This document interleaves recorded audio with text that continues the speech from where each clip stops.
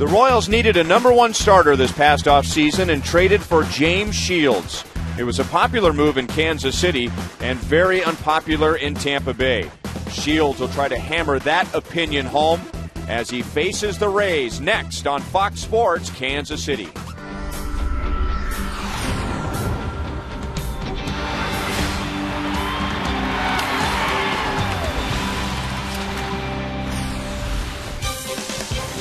Royals baseball comes to you from Kauffman Stadium, where James Shields and the Royals are getting ready to begin a 3-game series with the Tampa Bay Rays. Hi, everyone. I'm Ryan Lefevre. Welcome to Royals baseball. And every game has its own headline, but tonight's headline really stands out. The greatest pitcher in the history of the Tampa Bay Rays will be facing the Tampa Bay Rays, and that would be James Shields. And if you don't believe me, let's take a look at the numbers. He is the all-time leader in Rays history in wins, in innings, in strikeouts, in complete games, and in shutouts. And as we welcome in Rex Hudler, his career, Hud, when he first got to the big leagues, the Rays were one of the worst teams in the major leagues. When he left, they were one of the best. Got that right.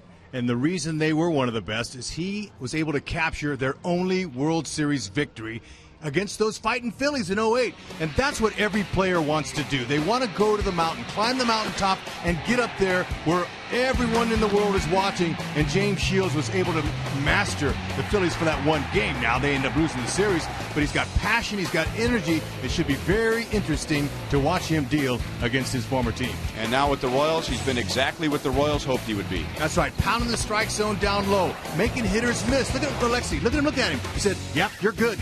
That's right. That's what he wants his Rays to say, his ex-teammates to say after this outing here. James Shields is a perfect guy you got to have to stop a 2-game losing streak. And the Rays are really on a roll, especially when it comes to power. They have homered in 14 consecutive games.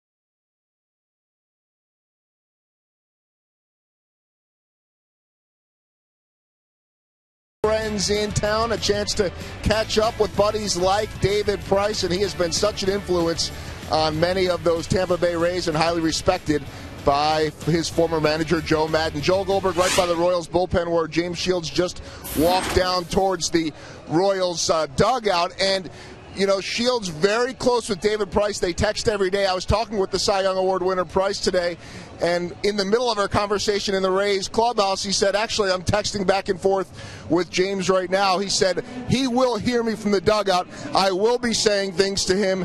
I will be trying to get after him a little bit.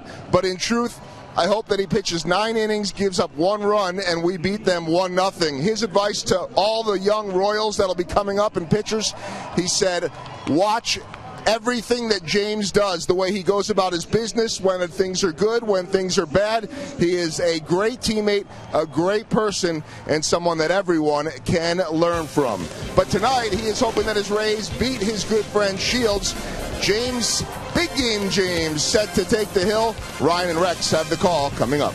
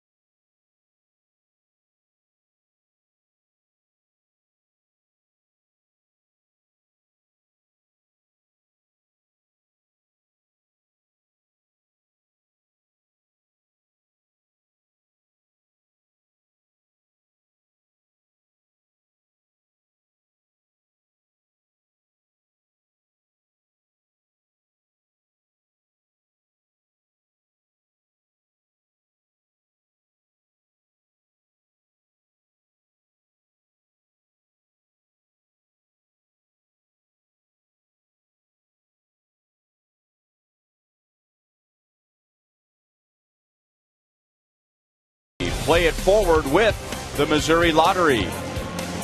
And by Chevrolet, your Kansas City Chevy dealers, the official vehicle of the Kansas City Royals.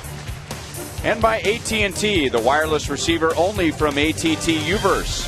Visit att.com/freeyourtv. Rethink possible.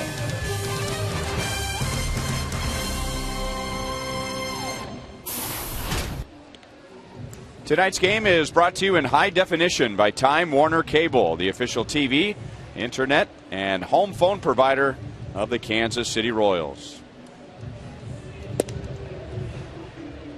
So James Shields, 87 career wins with the Tampa Bay Rays. Both sides are trying to downplay it, but it'll be a special night for Shields and the lineup he faces.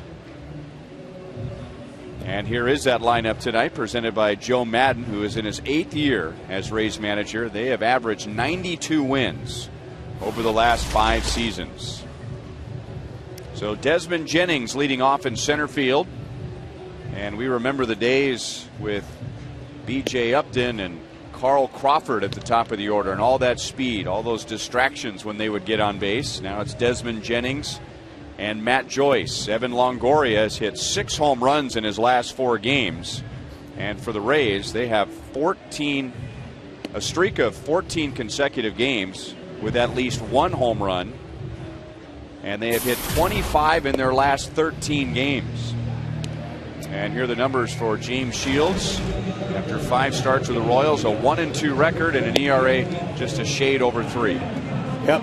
He's got that good, sinking, hard power fastball. He's going to sink it. He's got a nice overhand curve he'll use. You call it a slider, whatever you want to call it. He calls it a slider.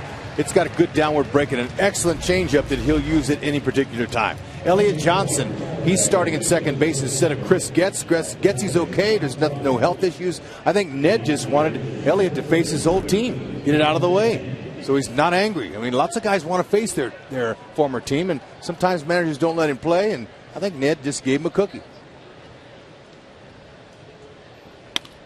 And a little check swing and a roller up the middle that goes off of Escobar's glove. So hopefully that's not a sign of things to come for Shields, as he got Jennings to go out of the strike zone, and he gets a check swing base hit. Oh, you know, you're going good. I'm sure George Hendrick, great hitter he was, is telling him, man, phew, I'd love to get some base hits like that. That's a beauty right there. Ball kind of came up on Esky. I'm not sure he would have thrown him out. Jennings can fly. He's a burner. He is 5th in the league in runs scored, so he's been getting on, and the Rays have been getting him home. And this is Matt Joyce. 4 home runs this year. He had 17 last year and 19 the year before that. Jennings has 5 stolen bases on the season. He's been caught 3 times.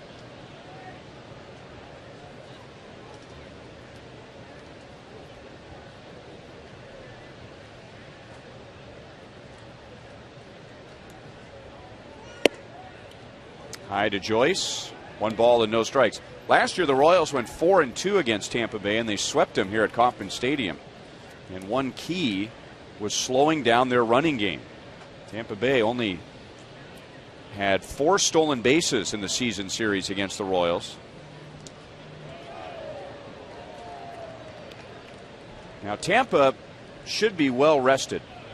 They played on Sunday in Chicago. They had an off day here in Kansas City yesterday, and that's quite a departure from the last time they were here. Last time Tampa Bay came to Kansas City was in late June. They had just played a day-night doubleheader. They got in at 3 a.m.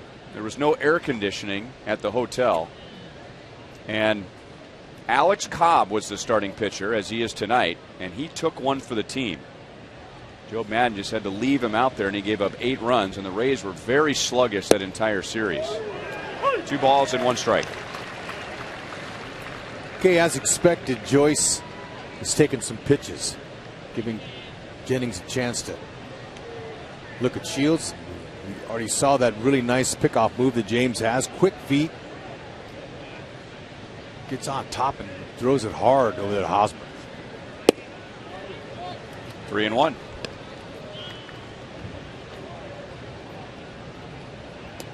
Pretty good spot right there.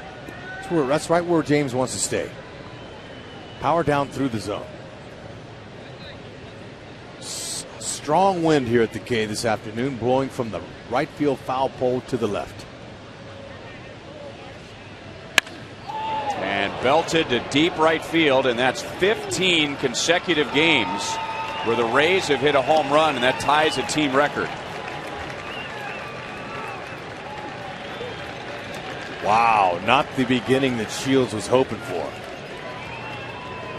A check swing single, and Joyce waited him out for him to elevate one. He got behind in the count, and look where he left it. Right out over the middle. Textbook swing.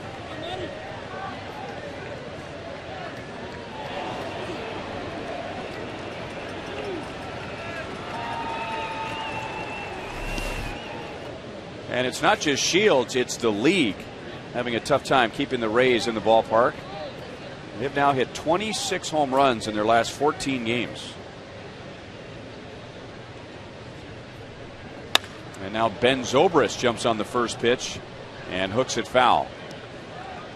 So 2 different approaches. You had Jennings getting after the first pitch, Joyce working the count, and now Zobrist jumping on the first pitch.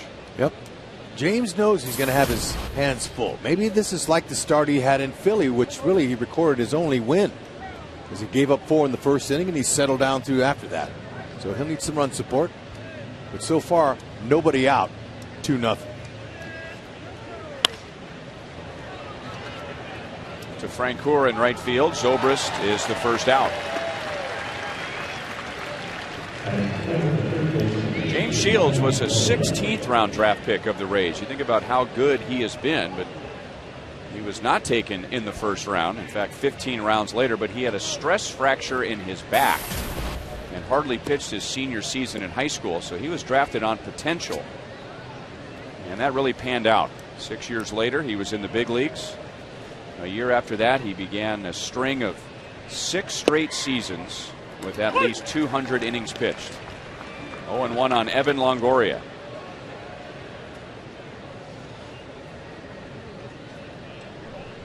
Longoria has hit 6 home runs this year, and all those have come in the last 4 games.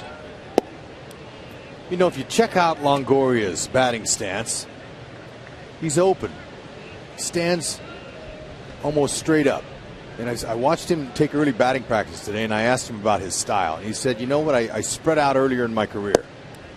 But for me, comfort is the main thing, and that's what I like to teach young players. Start your position in the batter's box being comfortable. He says that he started standing straighter and straighter until he got to a point where he's comfortable. And the numbers would prove that. Now you see how he's almost straight up, upright, and then he has just a little small step towards the pitcher. He's in balance. He's not jumping. He's very calm. Just missed the inside. 3-2.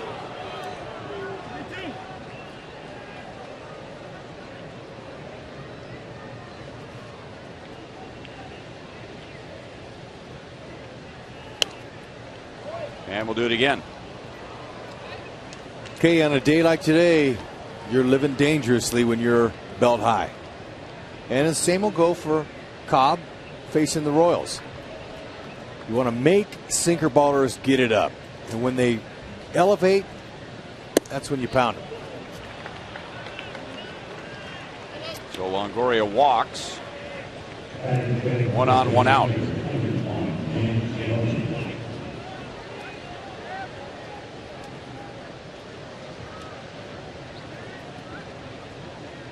And now James Loney. Spent most of his career with the Dodgers. He was part of that big blockbuster deal that sent Adrian Gonzalez and Josh Beckett and Carl Crawford to LA. Loney went to Boston and now with the Rays, and he's hitting .349. And he adds a really nice glove. He's very smooth fielder.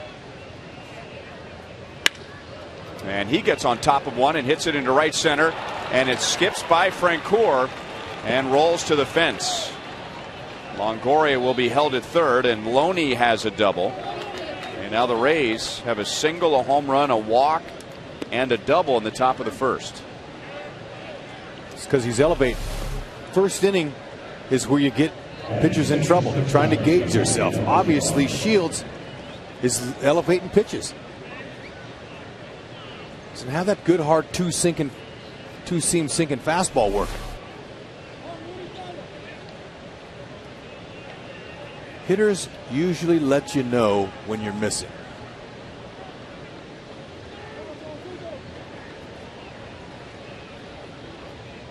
So Ned's going to bring his infielders, at least the middle guys, in about halfway. So they can't cut down Longoria at home on a grounder.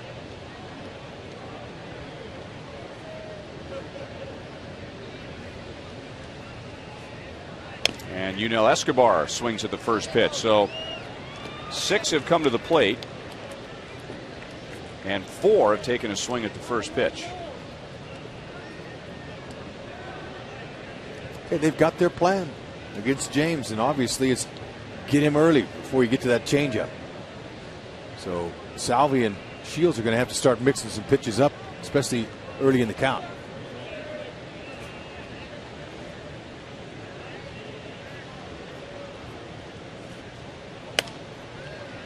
Fouled away by Escobar, who's been bothered by a tight right hamstring. He hasn't played since Wednesday.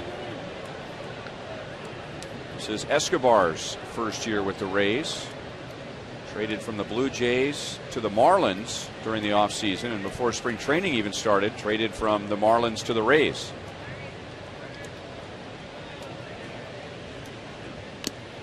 Got him to chase a pitch up, still 0-2. Unell 6 for 26 lifetime off of James Shields, 1 double.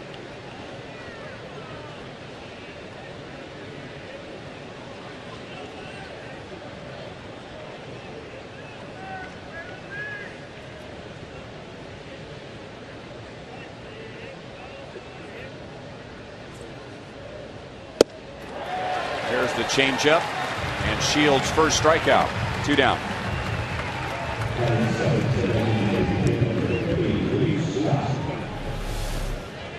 Okay, this will help him. Salvi said, give me that on the ground. It was a nice location.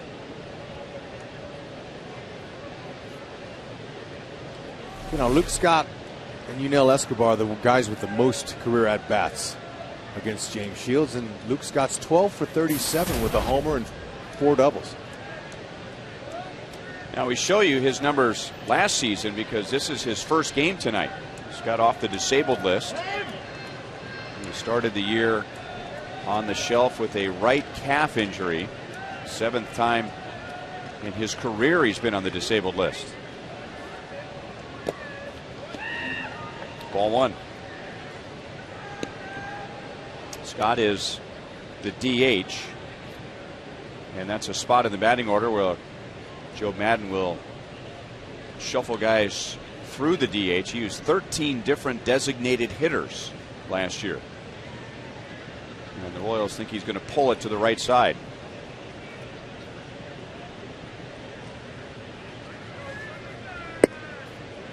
Okay, Luke Scott told me his approach today as I talked to him early in batting practice. He's going to try to just stay up the middle. He said, I don't want to roll over my hands and pull it into the shift. And I said, oh, do you know that they'll shift you? He goes, everyone plays me with a shift. So he knew that. So he wants to try to stay in the middle of the field with his approach. And now 3-0.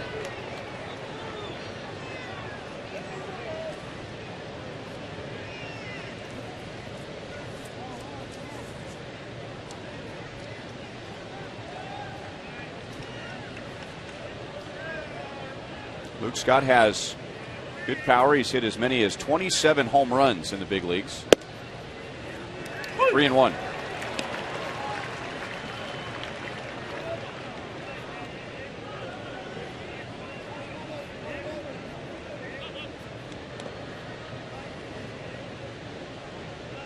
Jennings opened the inning with a check swing single. Matt Joyce hit a 2-run home run. With 1 out, Longoria walked, Loney doubled, and then Shields struck out Escobar. And this will be his 25th pitch of the inning. His former teammates are making him work.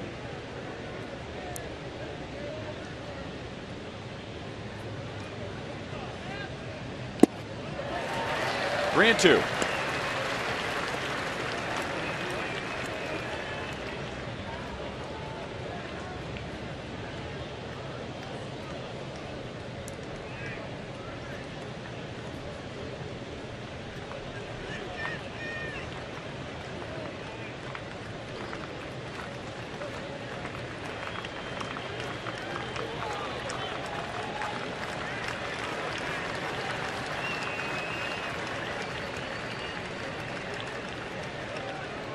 James Shields doesn't look comfortable in this inning. Looks a little frustrated.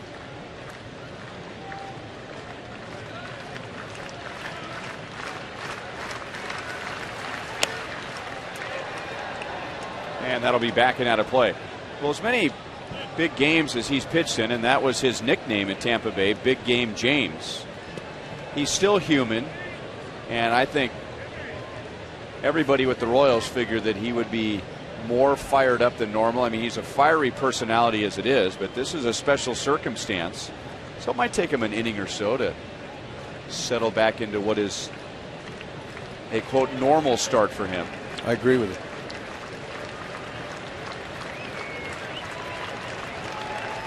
Big pitch right here coming.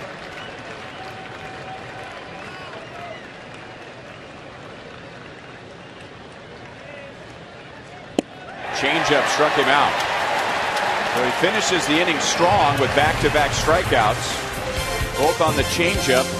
Matt Joyce with a 2-run home run gives the Rays the lead.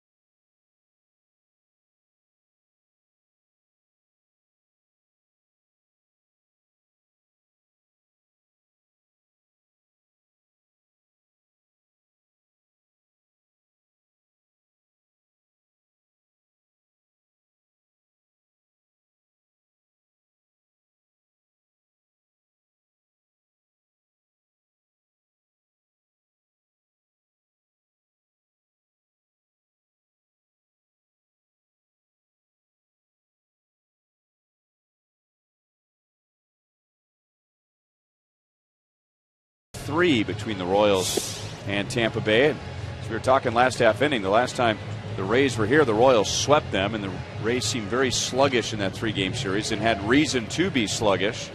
Alex Gordon hit the Rays here. He also hit him in Tampa Bay. And Alcides Escobar, 7 out of 9 in the series here, and ended up hitting .429 against Tampa Bay. So trying to get the top of the order going.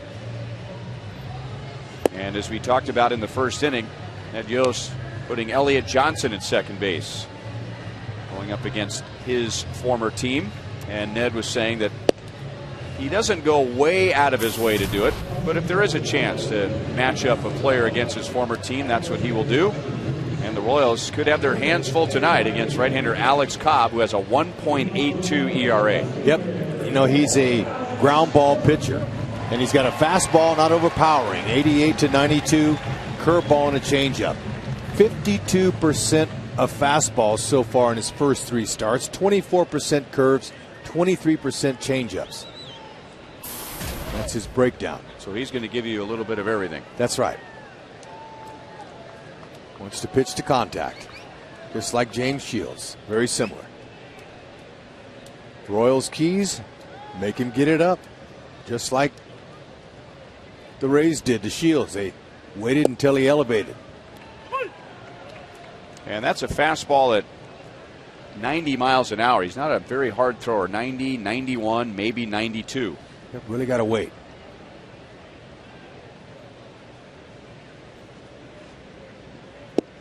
There's the curve. No balls and 2 strikes. Alex had 4 hits in the Cleveland series, a home run. He drove in 2, but he finished 0 for his last 8.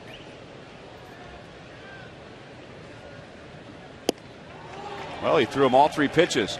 Forget about saving pitches for later in the game. Fastball, curveball, change. I'll say. So Alex strikes out, but he got a chance to see all 3 pitches. Yep. Fastball, changeup, and then, or excuse me, curve and that changeup there. A little sample there.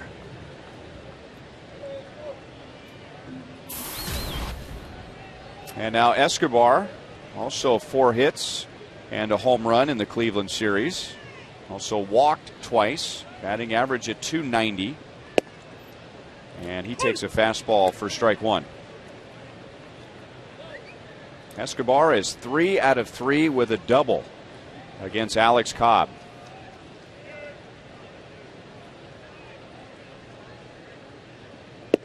So again, last year the Rays came to town after a day-night doubleheader. Their bullpen was running on fumes, and Alex Cobb took one for the team.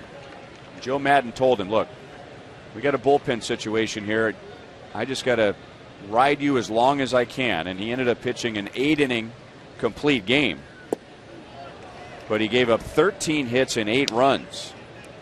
And it was the first time in 16 years. There's the line. First time in 16 years a pitcher gave up that many runs, that many hits, and pitched a complete game.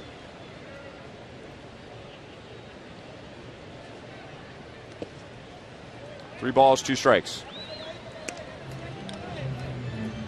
And Hud, you mentioned he wants to do what James Shields does. And that's not just a figure of speech, that's literal. You ask Alex Cobb, who does he want to be like as a major league pitcher? He wants to be like James Shields. That's why it's such an interesting matchup. Even though they don't literally face each other, they don't hit, but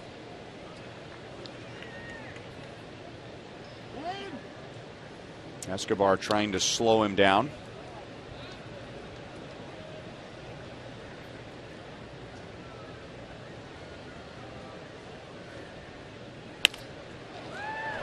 To the second baseman, Roberts. 2 down in the first inning. Tampa Bay Rays last year, they had big problems on defense. They committed 114 errors. Here's how they're lined up tonight. It was a problem, but not too many by their third baseman, Evan Longoria, won his 2nd consecutive Gold Glove award. It's only 2 Major League third basemen who've won 2 Gold Gloves at a younger age since that award started in '57. That's Brooks Robinson and Eric Chavez.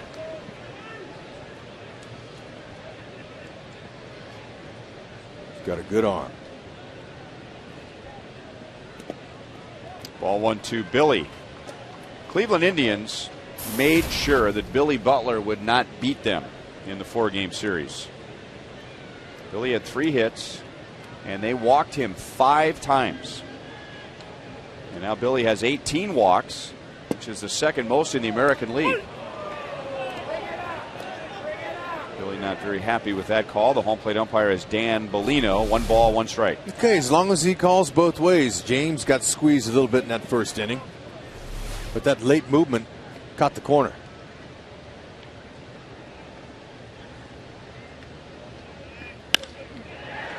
Into shallow right field, and stopping and playing it on a bounce is Zobrist. Well, Billy has a 2-out single to right.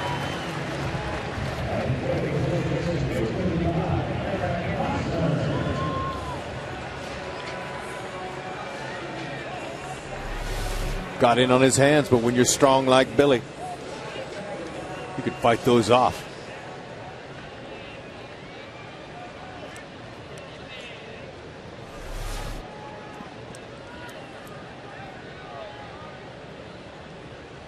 And now Eric Hosmer. And the native Floridian hit very well against Tampa Bay last year. He hit .350 against the Rays.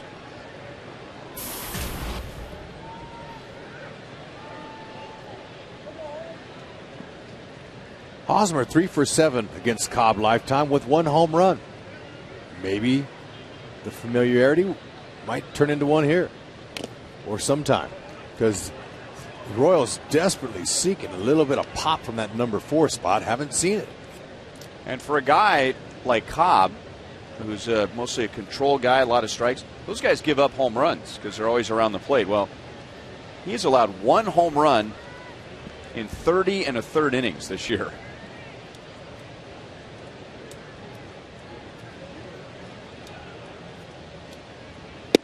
Yeah, he's able to keep it in the yard. In his career, he's given up just 14 in 218 innings and only 3 to right-handed batters. So he's stingy. And he's learning the art of changing speeds at an awfully early age. I mean, to be able to keep big league hitters in the yard when you're not above 90 very often, you've got to be really good with your location. Late movement and a late call by Dan Bellino. So he got a longer look at it and decided it was a strike. And Cobb strikes out 2 in the first inning.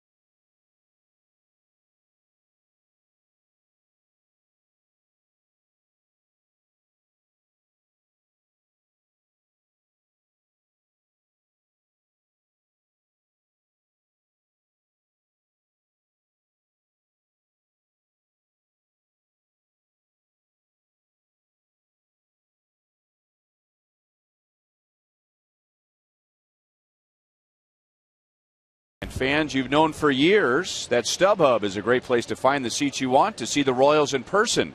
Now they've added StubHub fan rewards. You can earn a little extra with your tickets, like seat upgrades.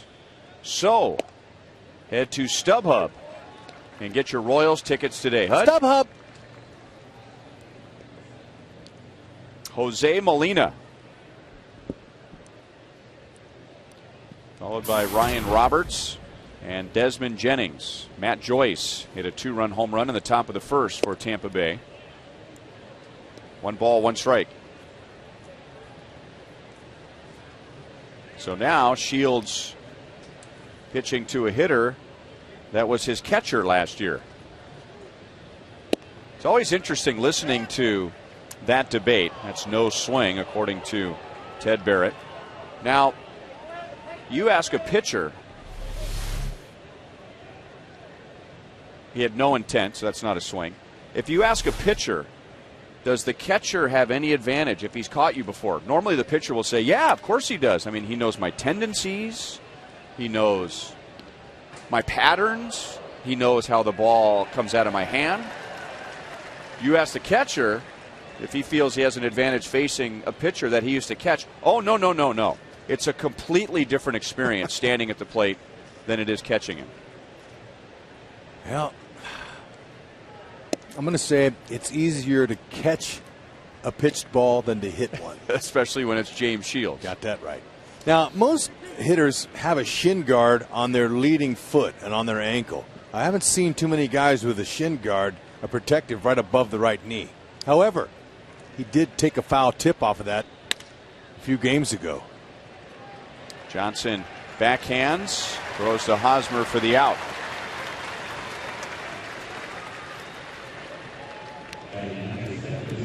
So the other former Ray has made a play in the game. Elliott Johnson was undrafted and signed as a free agent out of little Thatcher, Arizona, and made it to the big leagues. And now Ryan Roberts, who's a struggling hitter at the moment. He's hitting .224 and 0 for his last 18.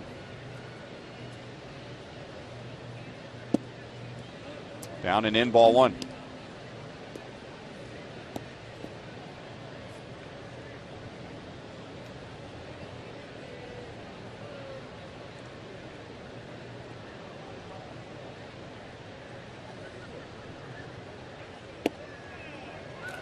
1-1. The Rays started the season at 4-9. And now they have won 8 of their last 12. Just split a 4-game series in Chicago before an off day yesterday. They'll play 3 here and then head back home.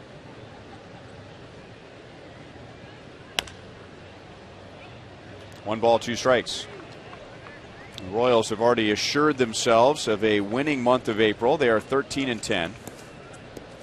Would love to finish at 14-10.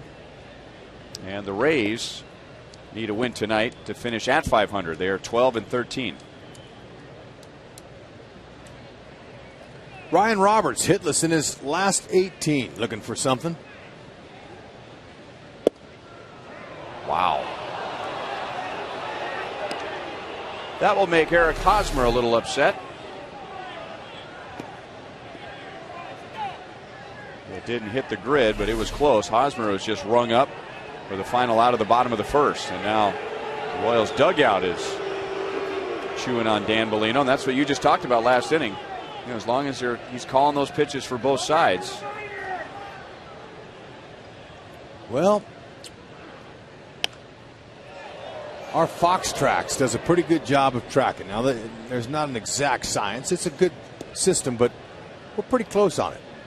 What we do for the viewers out there. There's the Fox Tracks. That's where you want to be on the outer edge and stay out of the middle if you can. And he got a pitch up and turns it into a base hit. So perhaps given a second life in that at bat, and Roberts ends that 0 for 18.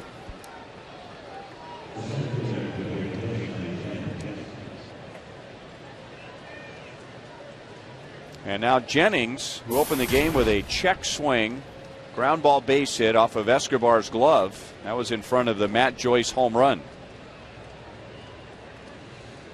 How about this young man? Joe Madden told me before the game, I asked him, who are your best athletes? He said Jennings is the best. And he's got some good ones on the team. But Jennings could become one of those rare power speed guys that might make them forget about B.J. Upton.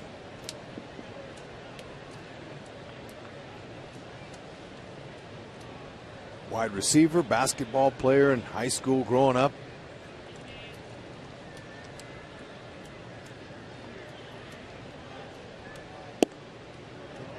Didn't get that call. Jennings hit 13 home runs for the Rays last year. And he stole 31 bases. So there's a sample of his speed and his power. Batted just .246. You know, and he only got caught twice last year too.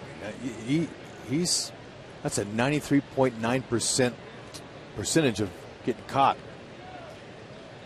He's got a nice future.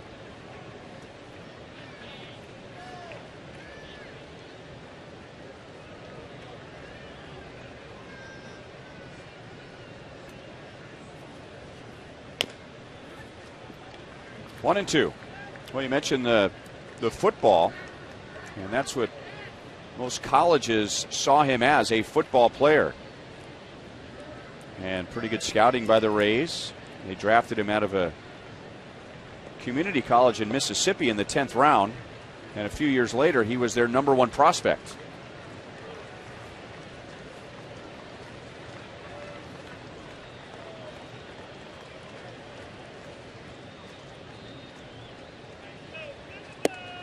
Got him with a pitch up. Shields has struck out 3. 2 down in the second.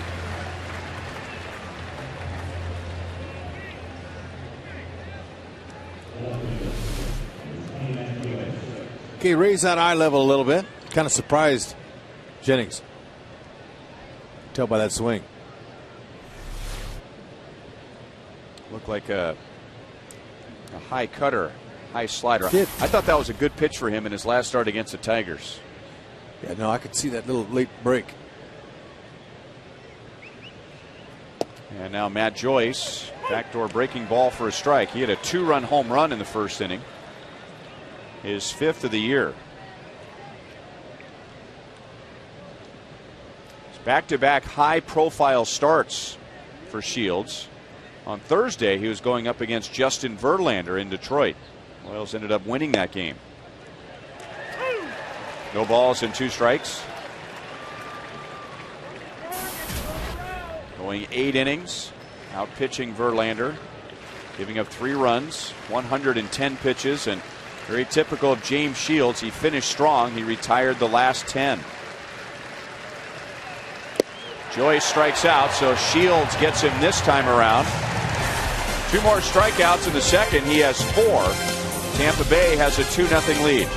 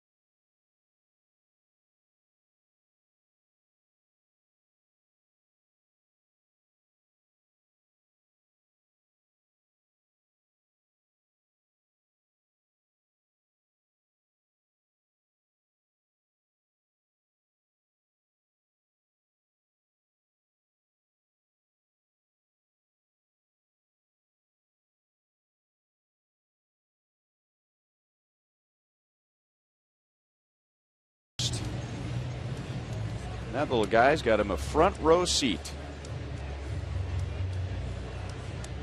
Got him a little something to chew on too. That helps. Is that like a popsicle, or is that one of those glow light things? Nah, can't be a glow light. It's got to have a little bit of sugar in there for sure. Oh, okay, there you go. It's got a little straw on the end. Oh yeah. He's fired up.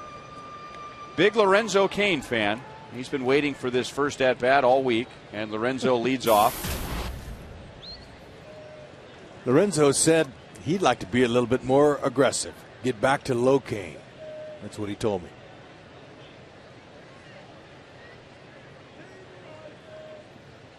Well, he was certainly low Cain on the last trip. He had 480 on the trip through Atlanta, Boston, and Detroit.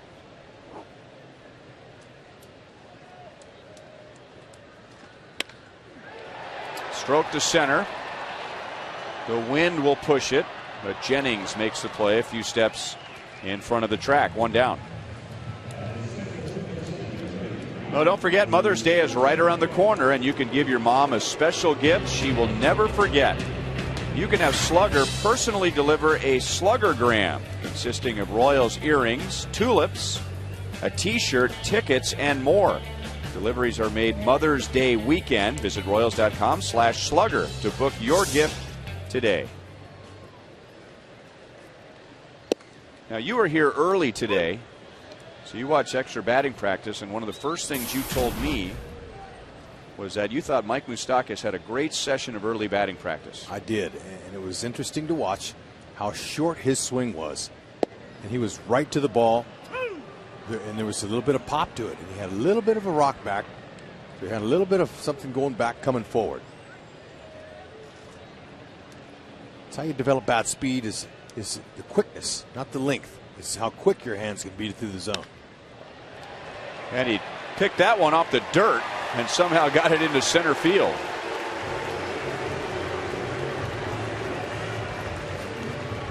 So down in the count 0-2 with a pitch that wasn't a strike, and Moustakas is 1 for 1. Yep, pulled out his 9-iron. Okay, good head position. Nice eye position there.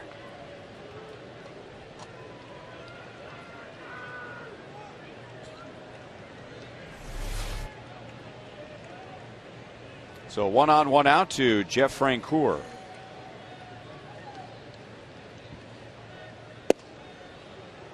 Fastball at 90 is in for a strike. Cobb has been one of the best pitchers in the league this year. He has the 6th best ERA, and if you go back to August 1st of last year, he is 10-1, and that would be the most wins in the American League over that stretch. 0-2 on Francoeur. And just another good pitcher that's come through the Tampa Bay Rays system. Yeah, you know, it's amazing, but you know, you were sharing with me how their philosophy, and it's they don't like to bring guys up until they're ready. You know, make sure that they're ready to contribute before they get here. So that's a nice philosophy that's worked well for them.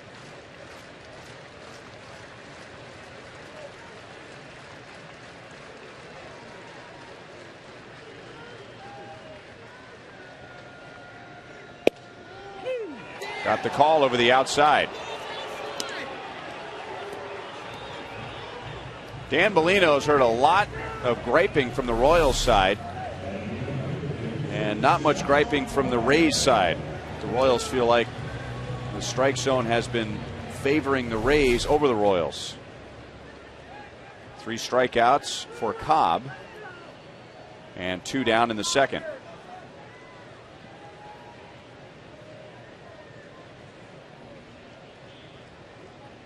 And now Salvador Perez hit his first home run of the season in the Cleveland series.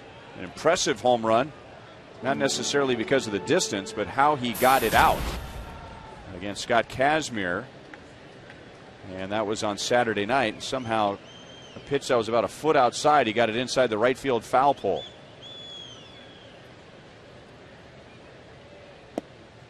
And that's the first pitch out of the strike zone this inning from Alex Cobb. Ball 1-2 Perez. Kind of just lull hitters to sleep. He's got a real slow delivery. Some deception there with his foot. He sticks that foot straight out and kind of holds it there for a little bit.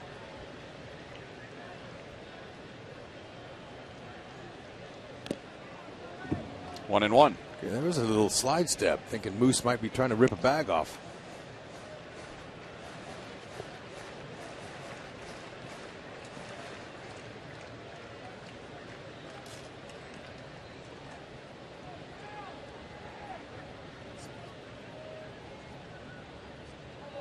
And he's way over on the first base side of the rubber, which gives him a good angle to the outside part of the plate on a right-hand batter.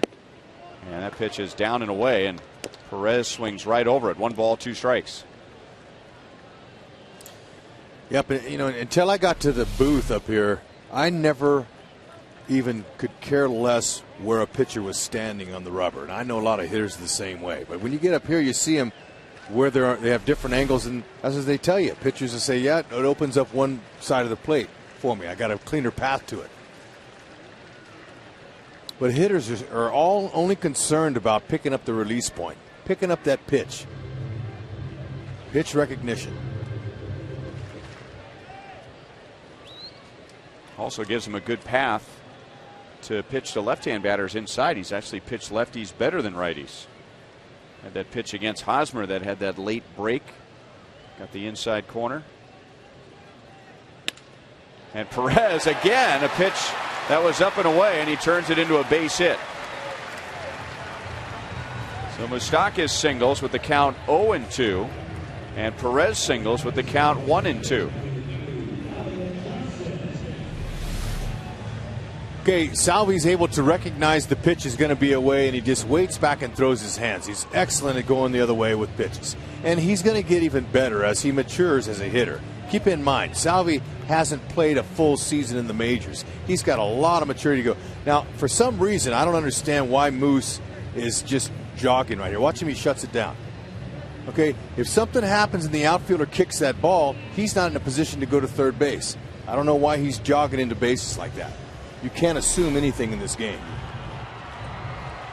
And against a guy like Cobb pitching the way he is, I mean, you got to take every 90 feet you can get. I saw him do that the other night on a ball.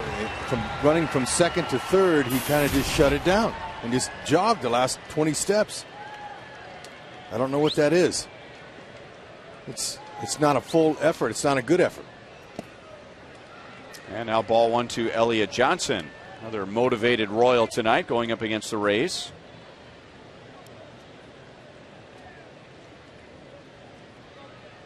An undrafted free agent. Now that's very common for a foreign player because they're not subject to the draft. But for an American-born player, that means he was taken after the 50th round, after the draft, and still got to the big leagues.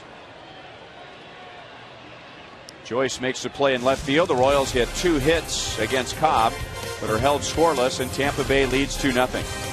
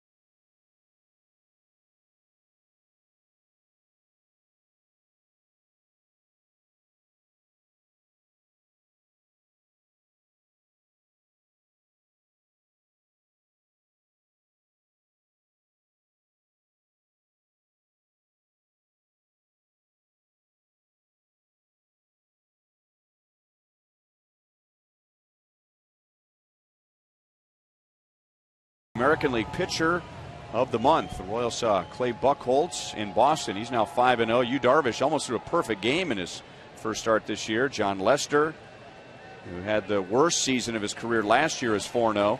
And Matt Moore of the Rays, 5-0, a 1.13, and the Royals will miss him in this series. Who's your choice there? That's really a hard pick. There's really not a loser in there. Well, only one. Kind of old school with these things. I look at the tiebreaker for me is where's that team in the standings. Okay. So 5 wins for the Red Sox, who are a surprise first place team so far. I'd have to go with Buchholz. I like your thinking. Although the Rangers are also in first, and Darvish has pitched well, but I'm going to go with Buchholz. Ben Zobrist flied to right first time up. Evan Longoria is on deck, and then James Loney. Shields gave up a 2-run home run to Matt Joyce in the first and ended up giving up 2 runs, 3 hits, and a walk in that inning, but then struck out the last 2 hitters and then struck out 2 more in a scoreless second. And now Zobrist with a kind of a half swing, and Alex makes the play in left field, 1 down. And now Evan Longoria comes to the plate, and before the game he talked about what it might be like facing James Shields. We're going to get a guy who's a bulldog and wants to go out and throw 9 innings every start. That being said, I mean, I'm looking forward to it, and I'm looking forward to see how he attacks me. You know, that's the competitor in Evan Longoria. I mean, he's facing a former teammate. He's facing a very good pitcher, and yet the good ones want to face the good pitchers. Curious, after all those years of playing together and watching Longoria hit, how does James Shields think he can get him out? This is what makes this such an interesting matchup. And he walked his first time. And this one he pops up into shallow left center. And it's Alex to make the play for the second out. Okay, Lorenzo Cain and Gordon making sure to communicate on that one. Lorenzo said, hey, yeah, you got it. As that error that was given to Alex Gordon in Boston when those two collided out there in the outfield, you remember that, Ryan? Was taken away. And it had nothing to do with Alex or anybody from the Royals saying anything about it. That was overturned by Boston, and Joe Torre was the one who overruled as they pleaded for a hit for their guy. I can't remember the guy who hit it. Left-handed batter with the Seattle Mariners last year. He's over there this year. Carp. Mike Carp. Yeah, Mike Carp hit that ball. So, fortunately, Alex has no errors for him. And now 0-2 on Loney. If I'm correct in the process, the official score has 24 hours to change his mind. And if he doesn't, then the team can appeal to the league and send in the video, and the league has the option of overruling it. And in this case, as you said, Joe Torre did. But you know, before that, I asked Alex about that play and the communication between him and Lorenzo, and he took the full blame for that. He goes, that was my fault. And there aren't a lot of seats, obviously, in left field at Fenway Park, and the seats that are there are way on top of the green monster, 37 feet high. But the sound gets trapped up against that left field wall. How about Loney?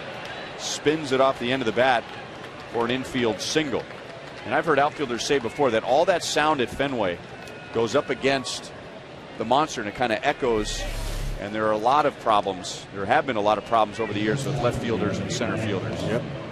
Now, a typical comment in the dugout would be on Loney's hit right there, he must be living right. Because there's been 2 hits like that so far from the Rays. And every hitter that ever lived will take that. They won't say, oh, that was cheap. Yeah, I really didn't want that hit.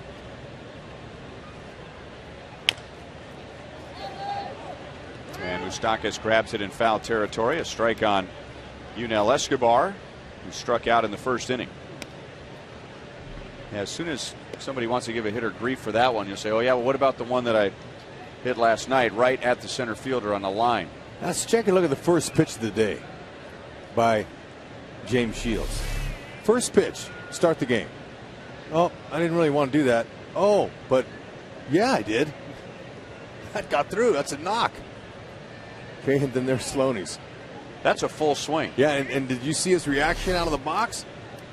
I got a knock. He knew it. I got one coming. He knew Moustakas was way over to the right. The closest person in uniform to that ball hit by Loney was the third base coach. Moustakas backs up to get a chest high hop, throws high, and Hosmer stretches into foul territory to save it. And after giving up 2 in the first, now Shields has 2 straight scoreless innings.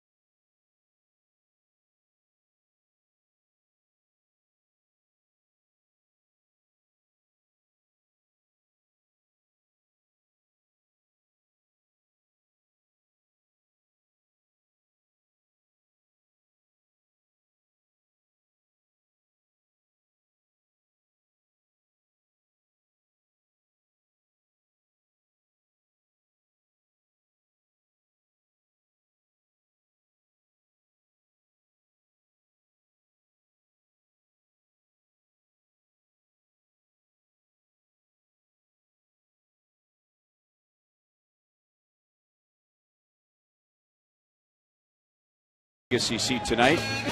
He was recently diagnosed with terminal cancer, but has still found ways to pour life into those around him and help them with their needs. He is a mentor for young people and a positive influence for others. He teaches and models leadership, character, and perseverance. And known for his humor and love of baseball, the Blue Springs native believes baseball is God's favorite sport. Amen. And I tell you, if you have a chance, folks, go to the Kansas City Star website, and under the tab that says search Joey Butler. A few weeks ago, a wonderful story was written about him, and it will inspire you. Top of the order, Alex Gordon, Alcides Escobar, and Billy Butler. 2-0 Rays. 0-2 on Alex. The other Alex Cobb, has thrown 31 pitches so far, 25 strikes.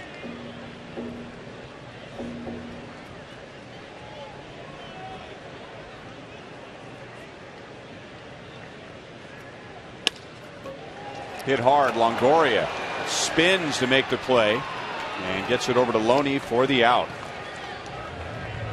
That's why he wears the gold. Soft hands, great feet, and a strong arm. Okay, make sure it's in there. Transfer. See how delicate his hands were on the transfer from the glove to hand? Real soft. So one down, and now Alcides Escobar as we welcome in Joe Goldberg. Well, Ryan, a little bit of a milestone for Alcides the other day as he hit that home run. It was his 500th career hit. The bullpen saved the ball for him. They got it inscribed. Jeff Davenport in the clubhouse, he's sending that home to his mother, Isvelia, in Venezuela. As for how good he's been, guys at the plate, talking to assistant hitting coach Andre David, and he said he's not afraid to go down 0-1 in the count, which is what he'll do right here. He slows the game down. He has the ability to make 93 miles an hour look like 90 miles an hour, and he will hunt his pitch unless there's with less than 2 strikes, and very comfortable, competing hard. And then he used a word. He said he's hitterish. He said, is that a word? And I said, I don't know. I'll ask Rex. Absolutely, he's hitterish. That's a word for sure. Just like when he gets on first base. Sometimes he looks runnerish. And Joe Madden, in their notes today, they have they call it Joe-cabulary. I don't know if you guys saw that or not. Ryan, you see that? In the Rays notes, it says Joe-cabulary, words recently used by Rays manager Joe Madden, and they had vociferous. And Monty and I decided on the pregame show that we'd let you define that one. Vociferous, making an outcry or loud noises. Outspoken, vocal, ranting. I'm a vociferous fan of yours, Joel. I vociferously appreciate that. 4 strikeouts for Cobb, 2 down in the third. Here's that home run we were talking about. On a tee. Look at that. And I asked him, now, you're not looking for home runs, are you? He goes, no. I'm looking to hit the ball the other way. But if my eyes tell my hands, there it is. That's where I throw them. Got to have eyes before you can throw your hands. Got to see it. 8 pitches, all strikes in this inning from Alex Cobb. Billy singled to right against Cobb in the first inning.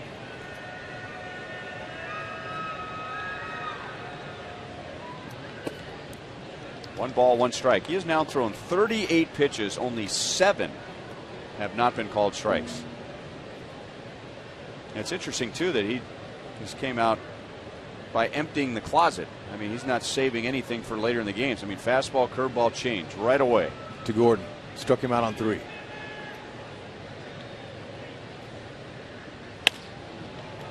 Billy hits the curveball to the right side. Roberts will throw him out. 3 scoreless innings for Alex Cobb with Tampa Bay out in front 2-0.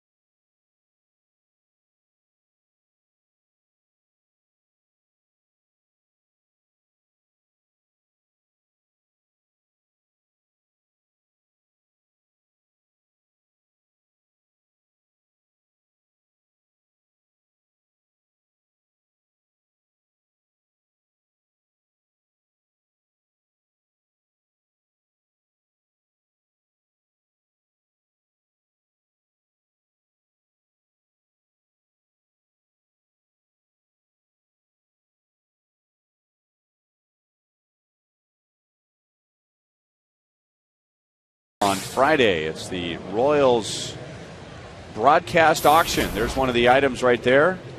A Carl Yastrzemski autographed jersey. He won the Triple Crown in 1967, and that did not occur in the major leagues until last year when Miguel Cabrera hit for the Triple Crown. And also available a signed jersey by him. Sweet. One of many great items that will be available for bid on Friday to benefit Royals charities. We have a lot of fun. Luke Scott, Jose Molina, Ryan Roberts coming up here in the fourth. No balls and 2 strikes on Luke Scott. He struck out in the first. James Shields has walked 1 and struck out 4. That first inning, his ex-mates got him.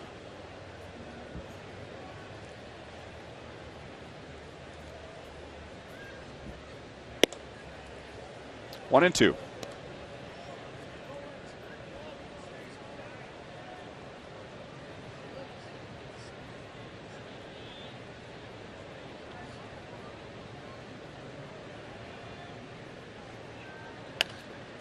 Had him reaching, and Moustakas all by himself on the left side. Back pedals to the grass.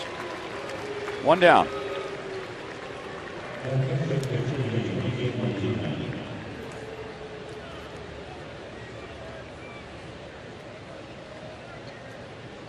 And now Jose Molina.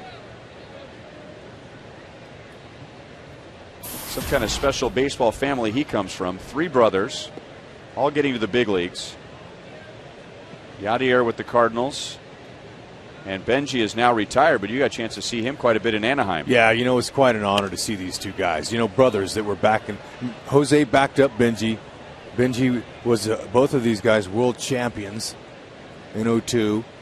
And then I kept asking Benji, who's better, you or Jose? And he goes, I have a younger brother, Yadi, who's going to be the best. And I said, really? He wasn't in the big leagues yet. So, like Benji said, Yadier, the rest is history. He's a Gold Glover, a great hitter. Impressive. And all 3 of them are world champions. That's unheard of, to have 3 brothers that are all catchers in the big leagues at the same time, and they all wear rings. Yachty's got a couple.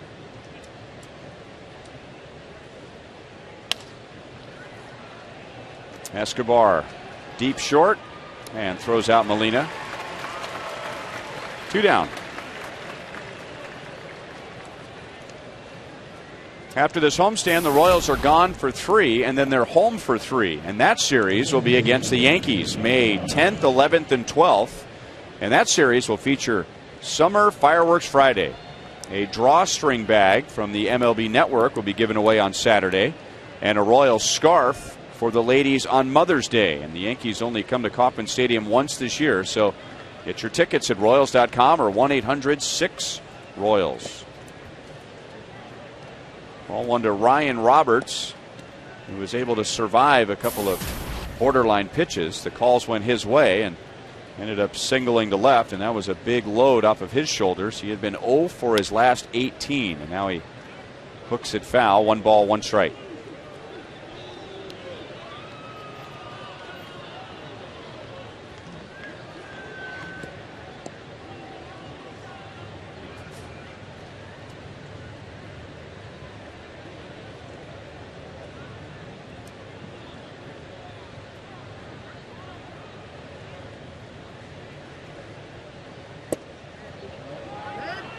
No swing. That's Ted Barrett, first base umpire and crew chief. A new crew chief after a couple of retirements. Major league umpires during the offseason, including Tim Cheetah. Moustakas gets a big hop, throws a strike over to Hosmer, and that's the first 1-2-3 inning for James Shields.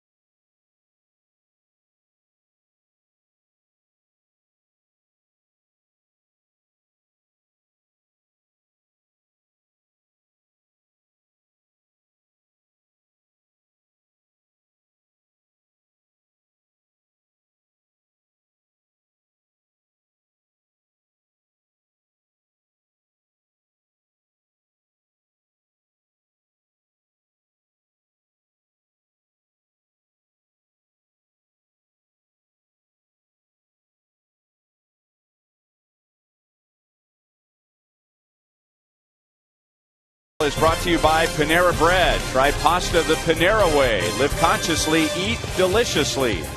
And by Ford. See the new F-150 at your Midwest Ford dealer today.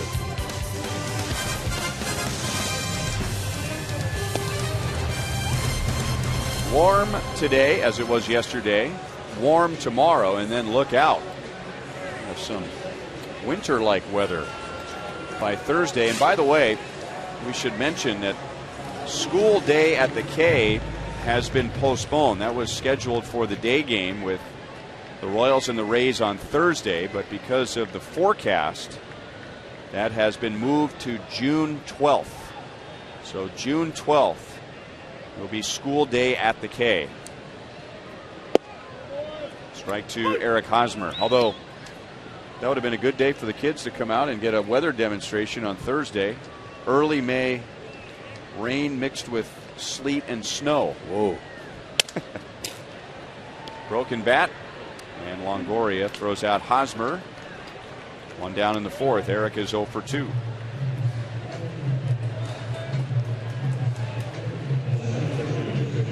Here's our Time Warner pitch speed comparison. Cobb up to 92. Shields 94. You can get downloads up to 50 megabits per second with Time Warner Cable Ultimate Internet.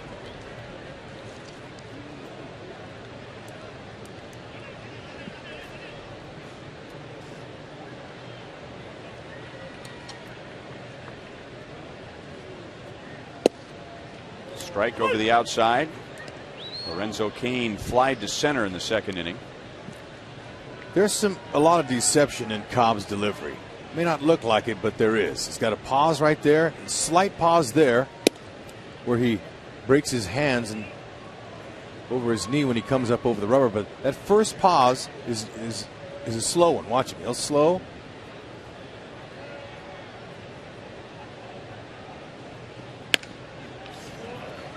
Got in on Cain, and Escobar with a strong arm throws him out. 2 down. And that could easily put a hitter to sleep. That slow, deliberate motion, and 92 looks more like 95. Yeah, that's what I was saying. You know, watching this guy in the first inning. I mean, last year they had some success off of him.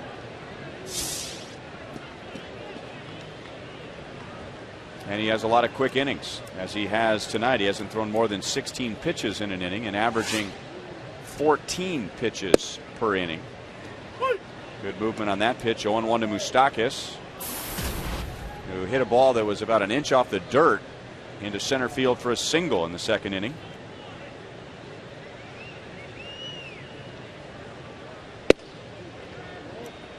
One and one.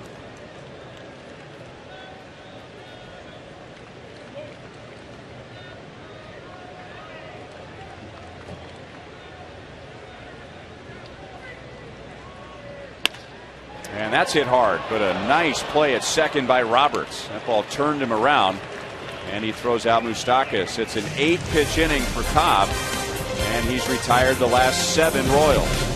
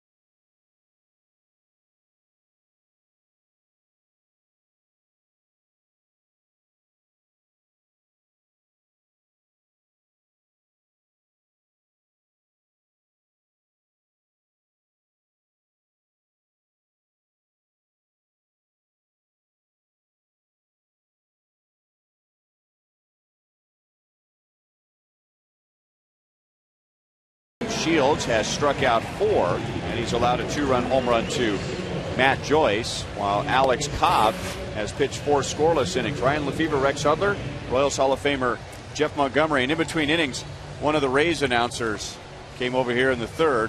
Now they know James Shields better than we do, and they said he really looked fired up in that first inning, didn't he? He did look fired up, and I heard you guys talking about balls getting up, and just the electricity that had to be going through his body during that first few at bats against his former teammates. A lot of good friends, I'm sure, on this team from all the years he spent with these Rays. And in that first inning, he gave up a check swing single to the man who's at the plate now, Desmond Jennings. Then Matt Joyce hit a home run with 1 out. Shields gave up a walk and a double. So the Rays were all set up to score more in the inning. And then Shields struck out Escobar and Scott, and Tampa Bay hasn't scored since.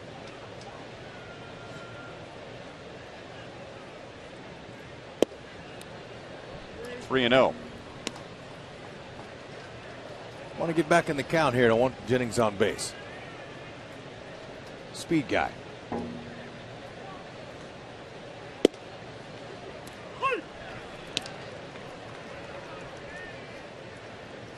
Jennings scoring on the home run by Matt Joyce in the first inning. So he scored 21 runs this year, 4th in the league, doing his job as a leadoff man. And Shields does get back in the count. 3 balls and 2 strikes. Trying to make him earn it. No free passes.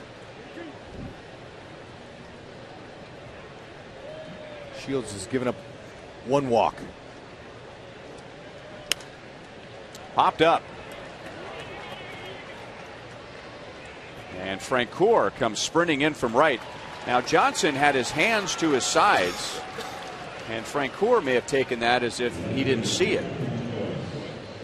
Yep, he's got charge. He took charge there. I like that. All right. Yeah, you're right. That's the sign right there. I don't see it. Frenchie did. And it is that time of night where it's not quite light enough. It's not quite dark enough yet, and the ball can be lost in the sky. And now ball 1 to Joyce. Yeah, you really got to focus when that ball goes up. Usually infielders will point it out. They're first to see it. Hosmer backhands down to his knees to get Matt Joyce. 2 down. All right, Monty, we set something up for you here. That's a little split screen between Alex Cobb and his protege, James Shields. Well, Alex Cobb is actually a little mini-me of James Shields. He's learned a lot from him. We had a chance to talk with Brian Anderson, the former Royal pitcher and now Rays announcer, about the similarities. And James Shields really has left his fingerprints on this entire Rays staff, but no one more than Alex Cobb. He's worked with him a lot. He showed him that spike curveball. He's really has that mix. I heard you talking earlier. He's about a 50% fastball guy. Then he's got a curveball and a changeup that he splits as well between his mix. And that curveball, that spike curveball that James Shields taught him, has really been an effective pitch for him and allows him, instead of just being a get-me-over pitch, it's a finish pitch for him. 1-1 on Ben Zobrist.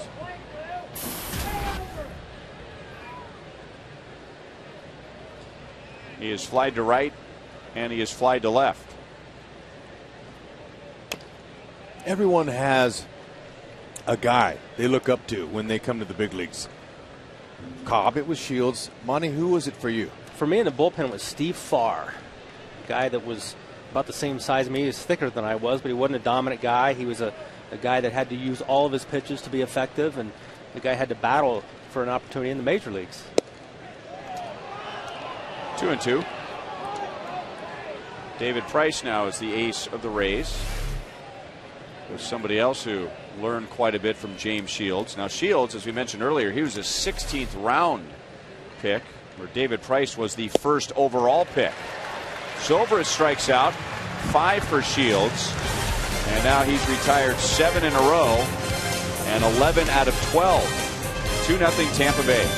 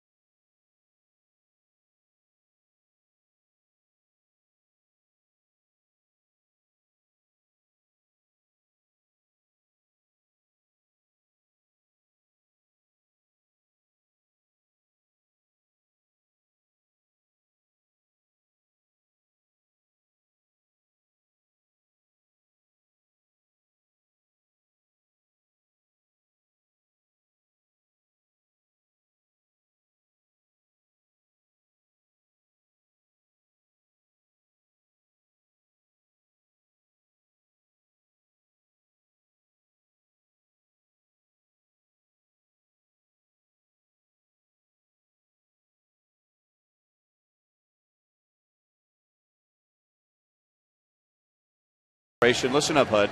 Okay. That's coming up on Sunday, Cinco de Mayo, Royals and the White Sox. And we hope you'll join us before the game for singing and dancing in the outfield experience, as well as a salsa contest featuring local Mexican restaurants showing their best recipes in the outfield experience. First 10,000 fans will get a Royals cooler courtesy of Sprint. Outfield experience. And when is it? Sunday. Okay. And Joel is not dancing. Joel, from what I hear, was the best salsa dancer at the University of Wisconsin. He denied that, though, Ryan. He said he was not skilled in that area. That's his birthday, by the way, Cinco de Mayo. Yeah, but if you think about it, being the best salsa dancer at the University of Wisconsin is kind of like being the best ice fisherman in Florida. 2-1 on Francoeur. This is making no sense. We had as much salsa at Wisconsin as we did baseball. Which would be none. Paul Quantrill went out with the salsa. Maybe a little polka up there, though. Anyway, back to you. All right, we'll let you dance polka if you want to. I'm not going to get in the way of that. Nothing like a little Cinco de Mayo polka. I'll pass. Thank you. Longoria, tough play. Boy, he made that look easy. Francoeur is out. By the way, guys, that was a 2-1 pitch to Jeff Francoeur. And here we are, 1 out in the 5th inning, and that's only the second time that Cobb has gone to a 2-ball count all night. He's got it working. There's no question about it. His slow, methodical delivery tonight is working. He's got a 2-run lead. When he towed the slab in the 1st inning, that's a big help. And now he's sitting right into his game, and he was on his game from the 1st inning on. One thing I really like about Cobb is he just really stays within himself well. He doesn't try to overthrow the ball. He understands what his strengths are and its location. It's tricking the batter. He's got 3 very quality pitches, and he's used them very, very effectively. So when you see a guy cruising like this, sometimes you got to break up his thing by maybe bunt for a base hit or get some. When you do get a guy on, move him. Put a little action on, a little hit and run or something. I mean, that's how you're going to kind of get him off of his game. Now, Monty, the so-called book will say that, starting pitcher shouldn't show too much first time through the batting order. Maybe save something for later in the game if the hitters start picking up a pattern or they start sitting on a pitch. 2-1 on Salvador Perez. Now, here are the first three pitches that Cobb threw to Alex. Well, he throws the entire kitchen sink at him. He's going to go with the fastball, little spike curveball, and he's going to strike him out on a changeup. So he showed Alex all 3 of his pitches in the first at bat of the game, and I know that's something a lot of pitchers probably would maybe not want to do, but I know from my experience that was something that made me better if I could show the hitter all of my pitches early on. Perez grounds out to short, 2 down in the 5th inning to get in their head that, boy, this guy's got a lot of pitches. Is that the thinking? Exactly. It showed the hitter that I felt confident in throwing all of my pitches. And normally it was a fairly close game that I was going to be pitching in. And if I come in and throw a first pitch changeup to a left-hander, now that's in the back of his mind that, hey, he may come back with this even if he's behind in the count because he's not afraid to throw the pitch. And now Elliott Johnson, who's 0 for 1. Now, you're just talking about your days as a closer, though, not earlier when you were a starter. So you didn't have to face a guy twice in one. Well, hopefully you didn't have to face a guy twice in the same game, right? I usually would not because, there was a lot of trouble brewing. Mm-hmm. And Johnson gets a base hit to left field. So that snaps an 0 for 13 for him. And, that feels good against his former team. Okay, he waited him out. He got him a pitch elevated, and he saw it. And took his hands to the ball, and his hands stayed inside of the ball. He was able to shoot it that way. Okay, there it was. Short and quick.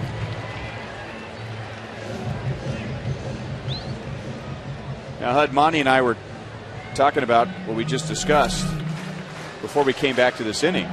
And he said, as he just described, he'd like to throw all of his pitches right away. Well, now it's a 3rd time through the order. And so, figure Cobb hasn't saved anything.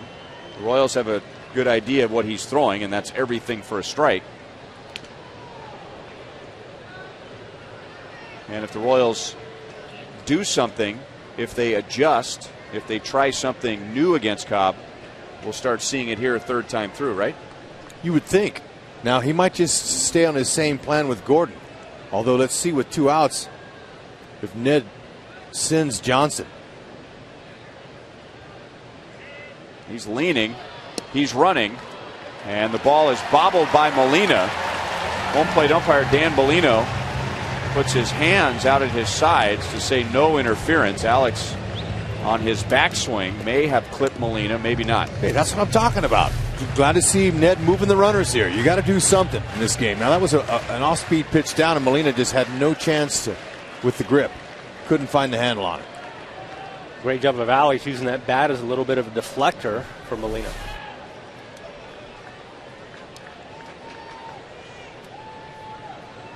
Second time tonight the Royals have had a runner at second base.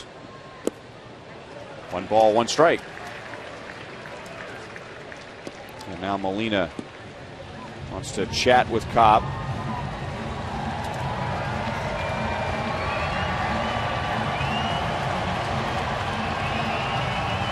Typically, what's that conversation about? I'm not talking about Escobar and Johnson. I'm talking about Molina and Cobb with the count 1 ball, 1 strike. Well, I think he's just going to tell him, trust your stuff. You know, you've been really in command of this game tonight. Don't get away from your plan. Let's just go right as batter. You got a 2-run lead. The guy on second base right now cannot hurt you. Okay, look at how they're playing him. There's a lot of little lanes here for Alex to hit in. As Unell is sitting right up there trying to play him to pull, and it looks like Alex was trying to pull that.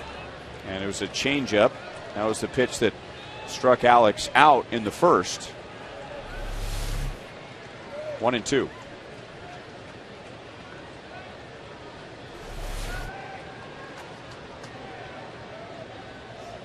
Alex second best in the league with runners in scoring position. 2 balls, 2 strikes. Hitting at .545.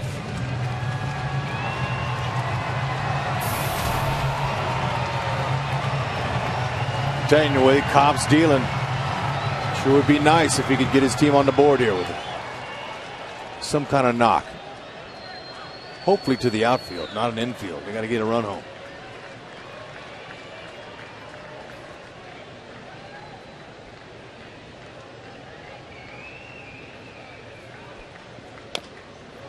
Back with a changeup again.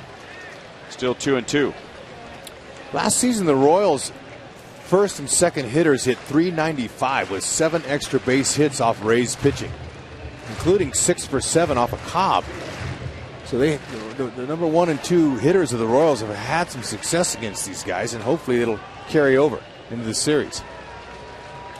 2 outs in the 5th. He's thrown 61 pitches. And that's going to skip away from Molina. Get Johnson to third, and he rounded the bag. That got some of the fans out of their seats. That's exciting. I like that. Make the defense stop you. That's a little bit of urgency coming around that base there. Okay, now watch Molina. He's keeping an eye on him, but when Johnson takes that step, Molina says, okay, all right, if you want to, try it.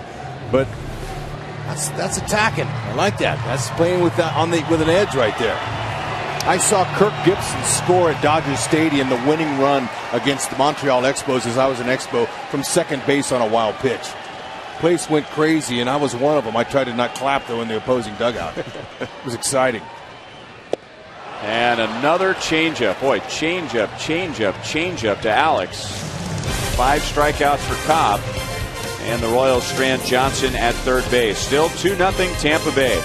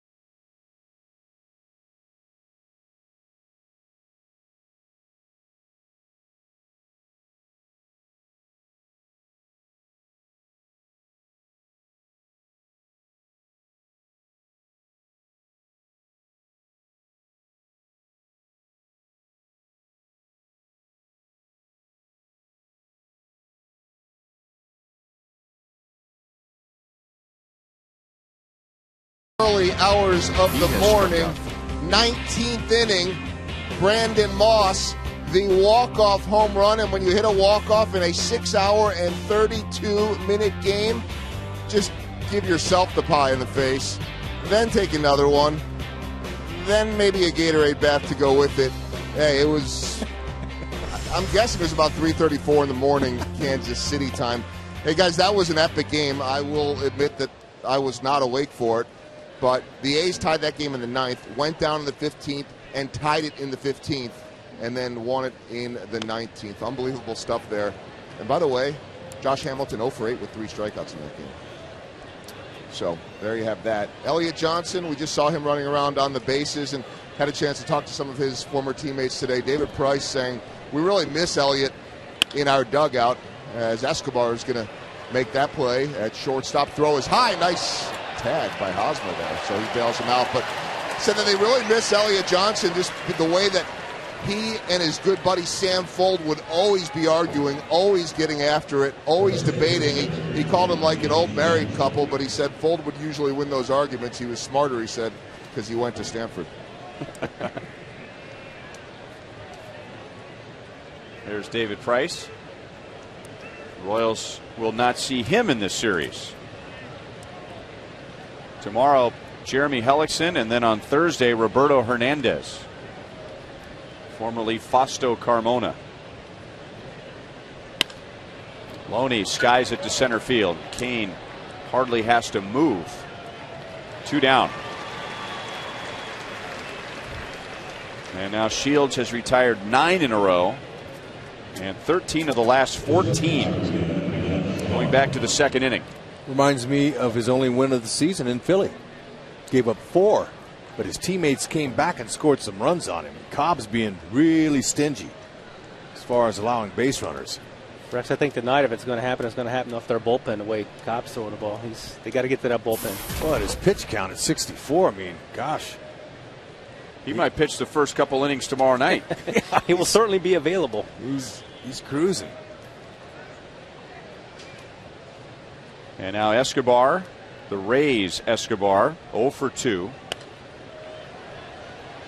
No balls and 1 strike.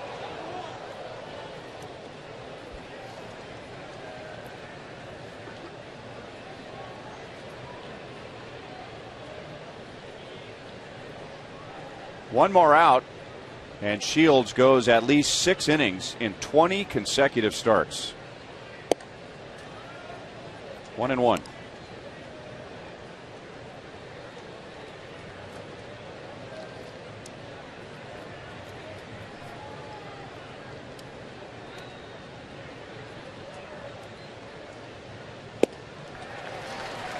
One and 2. And Perez nicked on the backswing by Escobar. Shields comes in to make sure he's all right. Okay, it's the follow through. Lots of times it gets catchers. When he lets go of the bat, boink, there's no padding there. That's just a little bat to the shoulder. In baseball, there's 2 different types of all right. There's all right, and then there's catcher all right. The beating that they take, I mean, for him, that hurt, but he's been stung worse than that already this year. Just another lump. Still 1 ball, 2 strikes.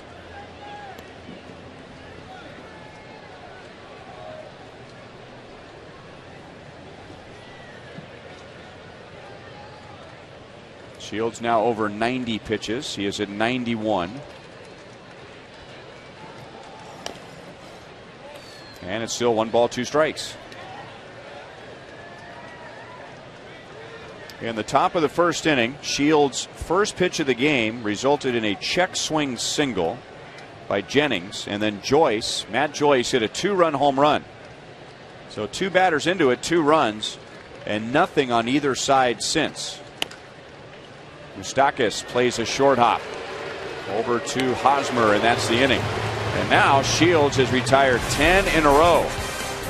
To the bottom of the 6th, Escobar, Butler, and Hosmer coming up.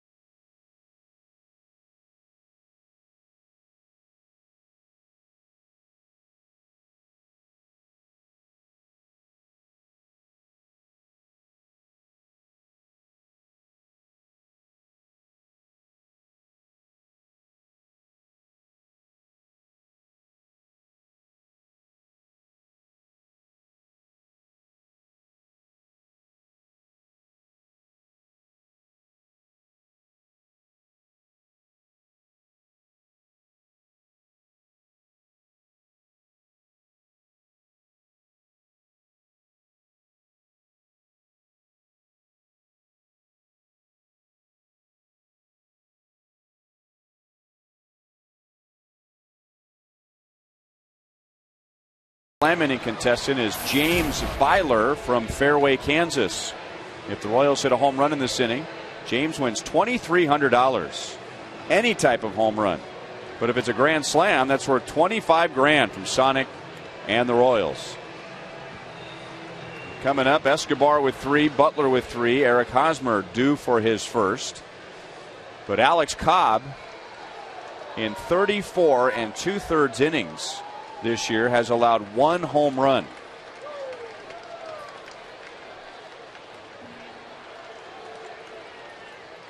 Escobar has grounded out to second, and he has struck out. Cobb has struck out 5 without a walk, and that is just pitch number 64, and it's in for a strike.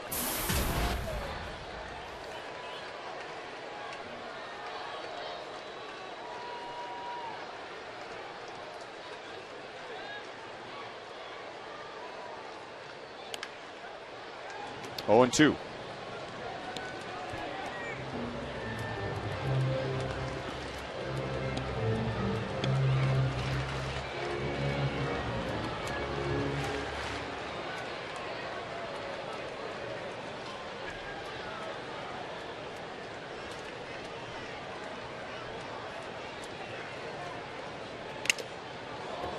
That'll wake Molina up.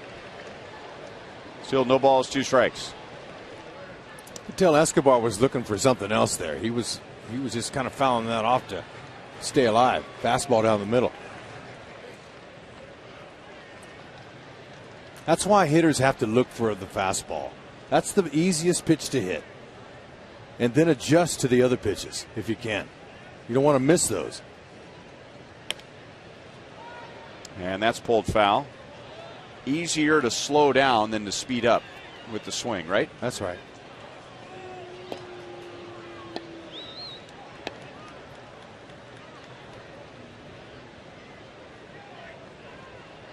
Cobb has already faced 19 hitters. He has gone to a 2-ball count 4 times. 1 ball, 2 strikes. He's not a big fan of wasting pitches, is he? Or time.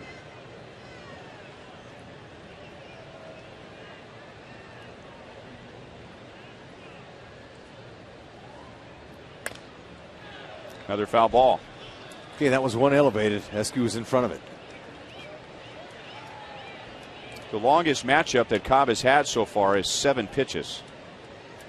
And that was with Alex Gordon at the end of the bottom of the 5th. And now 7 pitches to Escobar.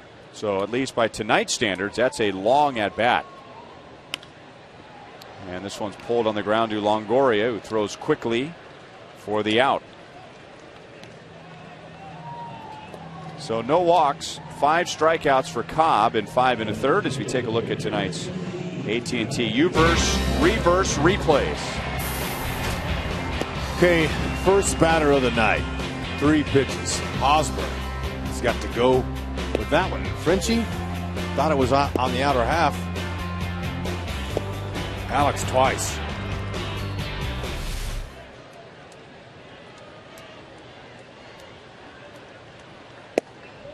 And he needles the outside corner, 93. That's about as fast as he's thrown tonight, so he's getting stronger. Now he's coming off of this start, 8 1/3 scoreless against the Yankees on just 3 hits. So what is that? 106 pitches.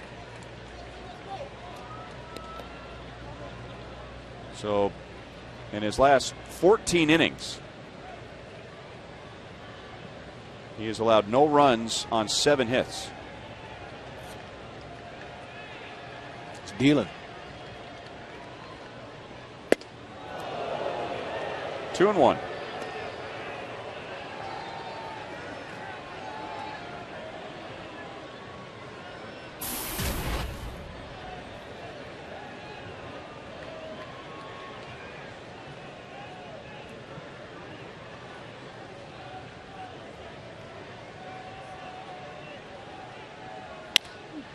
Back to Cobb. Billy hit it right into his glove, and they're 2 down. Time for tonight's AT&T trivia question.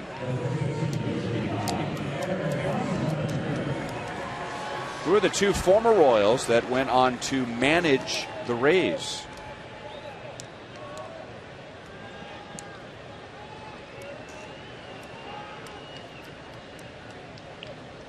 I got one right away. I think I'm on the same page with you. Hosmer deep to the opposite field. That is over Joyce and off the screen.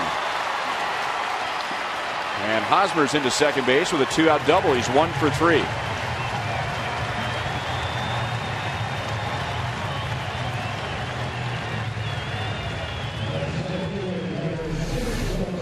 All right, he finally got something he could get his hands extended on. That was nice. A ball down low.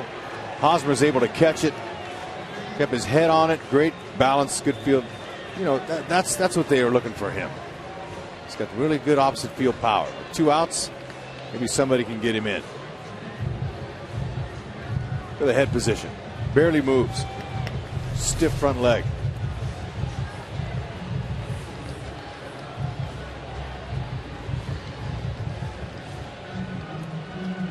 I got the answers, by the way. One of them stands out right away. The other one, it's easy to forget that he managed the Rays. And unless you've followed the Royals for a long time, it's easy to forget that this former Rays manager played for the Royals.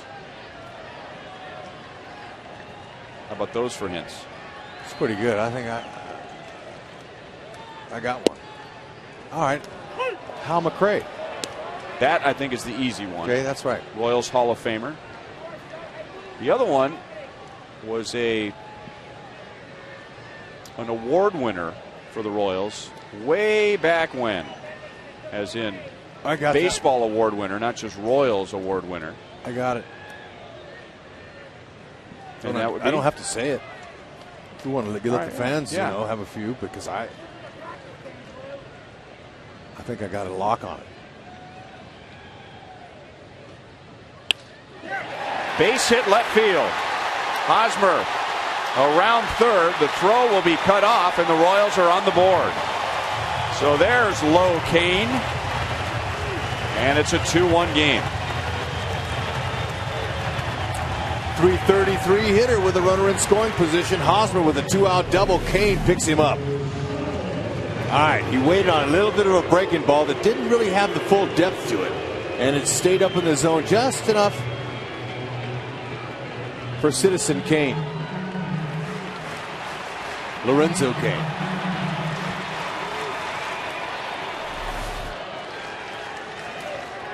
All right, maybe it's time for Moose's first homer. How about that? Well, he has been on Cobb with the count 0-2 in the second inning. Cobb put a pitch down and out of the strike zone, and Moustakas singled to center field and then hit the daylights out of it and grounded out to Roberts at second base in the fourth. And now Cobb thinks that Kane might try and swipe second and get into scoring position for Moustakas.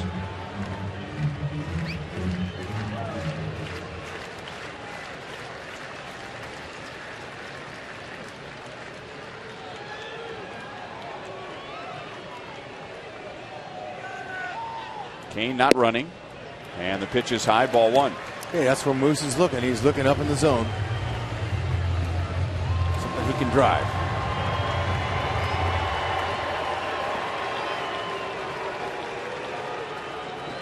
Johnson stole second with 2 outs last inning. Went to third on a wild pitch, but did not score. Kane not running again, and Moustakas deep into right field, and the Royals take the lead.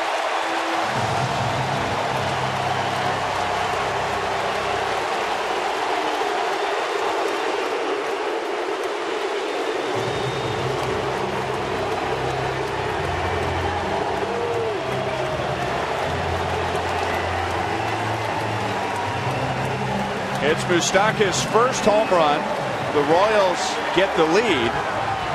Moustakas is fired up, to say the least, and that's worth $2,300. Yes! It was a grudge swing right there. Moose got a hold of it, and the crowd is loving it.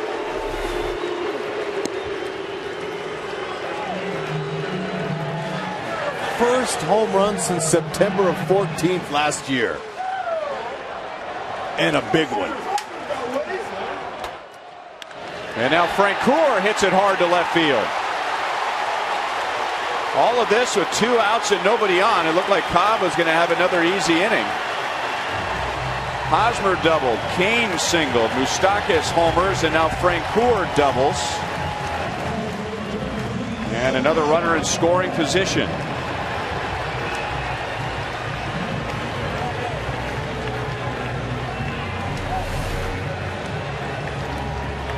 Okay, left it up in the middle.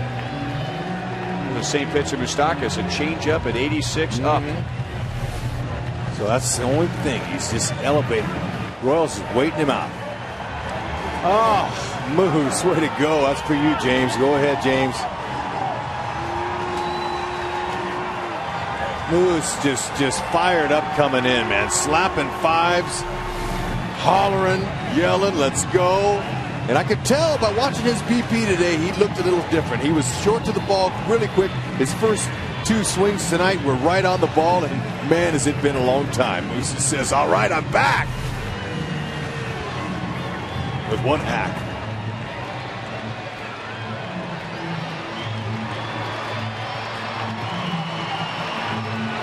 Jim Hickey, Ray's pitching coach, out to have a word with Cobb. This all came out of nowhere. In the first 5 innings, the Royals had no runs on 4 singles, and then 2 outs and nobody on in this inning. And now 4 straight hits, 3 for extra bases. And down and away, ball 1 to Salvador Perez.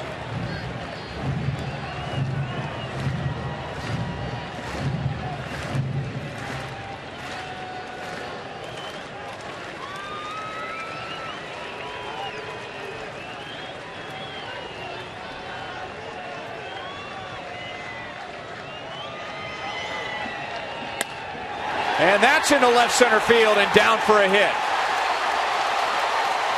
A 4-run 6th inning with 2 outs. And now Perez is fired up.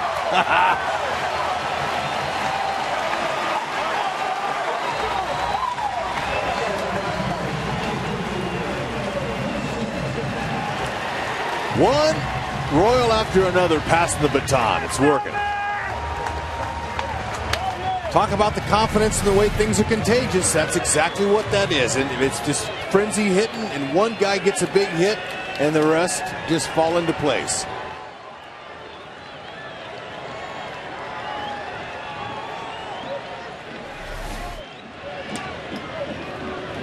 And now, I think the Royals are in Alex Cobb's head. If he's thrown over to first base with Sal Perez there with 2 outs. And I mean, he threw over there like he was trying to pick him off. Perez, he's about a step and a half off the bag. That's how quick the wheels can fall off. Elevate, make a few mistakes, and hitters let you know. Just like the Rays did in that first inning. And James Shields was up with his pitches.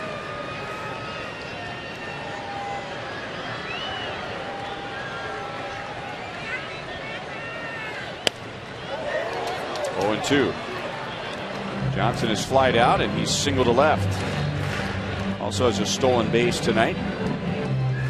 That was just the 2nd home run given up by Alex Cobb in 35 innings. 2 home runs in 35 innings. 1-2.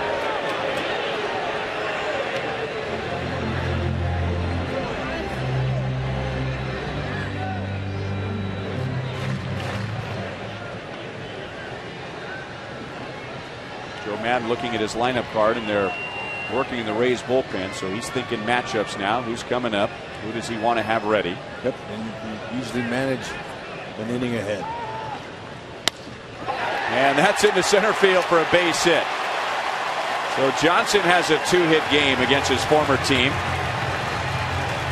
Well, this was the 3rd time through the order. Now, Cobb retired the first 3. third time through the order. Gordon, Escobar, and Butler, but after giving the Royals very little in the first 5, it is a 4-run inning on 5 hits. Okay, Joe Madden, he's not liking what he's seeing right now. Jamie Wright, former Royal, warming up in the pen. Joe wants to come and get him. He's a little bit nervous about Alex Gordon.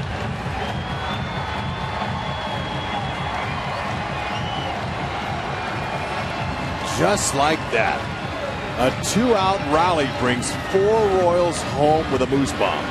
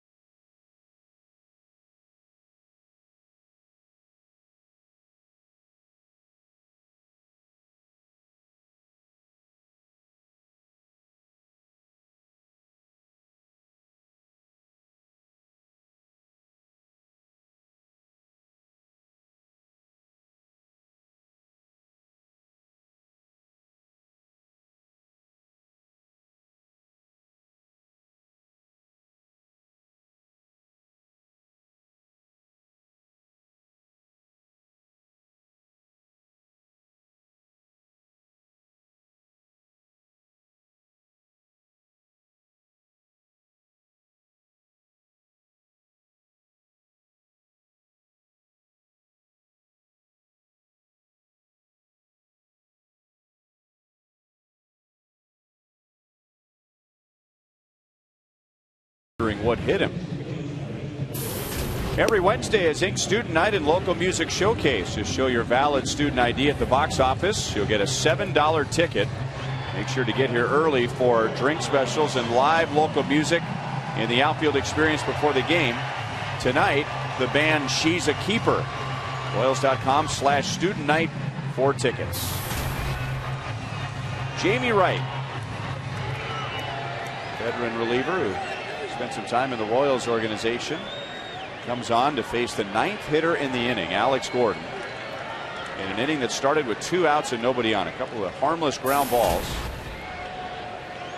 and then the Royals come up with 4 runs on 6 hits and have 2 on for Alex. He takes down and away, ball 1. Okay, 2 seam sinking fastballs, curveball and changeup. He'll cut his fastball in on lefties. Gordon, not an easy out either, especially with a runner in scoring position. You mentioned it earlier, Ryan. 5:45 coming into this game.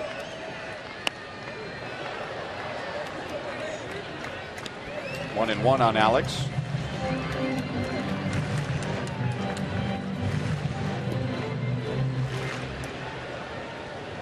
Jamie Wright pitched for the Royals in parts of 2003 and then came back for most of 2009.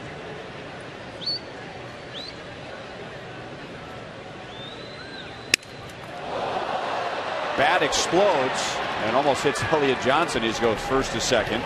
Alex grounds out, and that ends the inning. What an inning. Why is Mike Moustakas so fired up? Got his first home run of the season, and that was worth $2,400 in the Sonic Slam inning. Bombardier open up them Bombay doors.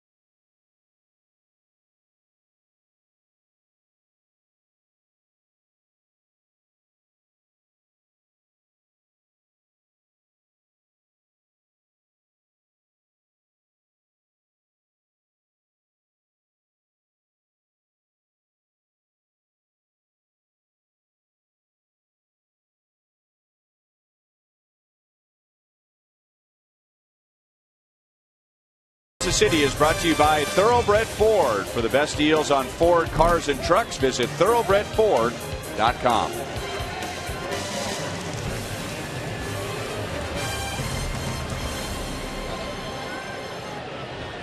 Now James Shields has the lead thanks to Mike Moustakas, Lorenzo Cain, and Salvador Perez driving in 4 runs in the 6th inning. And Shields has retired the last 10. Ball 1 to Luke Scott, lower third of the order, coming up here in the 7th inning. Okay, minus 2 more runs from Tampa Bay. This is like James Shields' only victory this year in Philly, where he gave up 4, and then he mowed him down the rest of the game. Now with 95 pitches and 96th coming up in this next one, I would imagine he'll get a little help from the pen to win this game. Pulled foul. Played well off the wall by the ball boy down the line.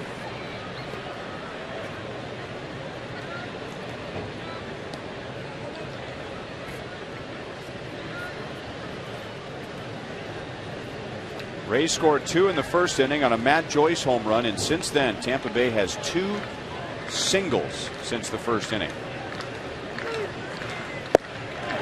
Got the corner for a strikeout, and for Shields that is number 6.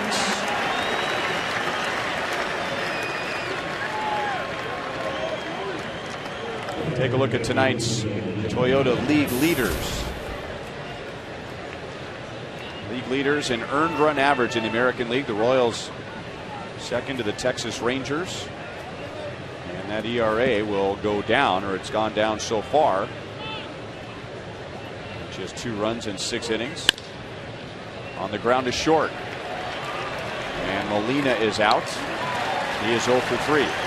12 straight retired by Shields.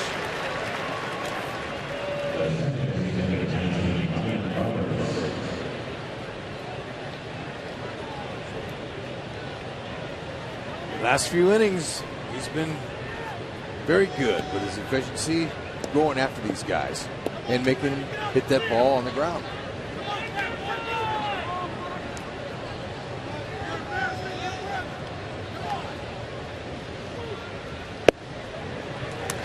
Still throwing 94 miles an hour.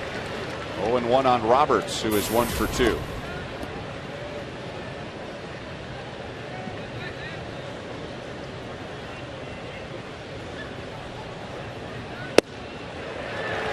Corner, no balls, 2 strikes.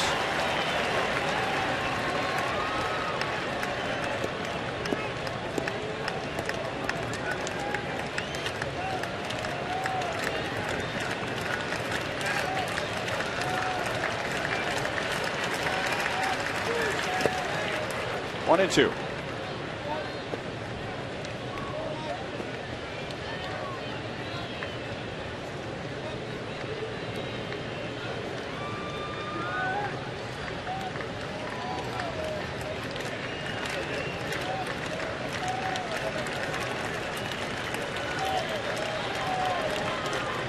Two outs, nobody on.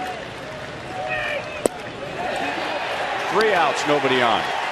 7 strikeouts for Shields. He's retired the last 13. And over a longer stretch, 17 of the last 18. Big game James. Passion.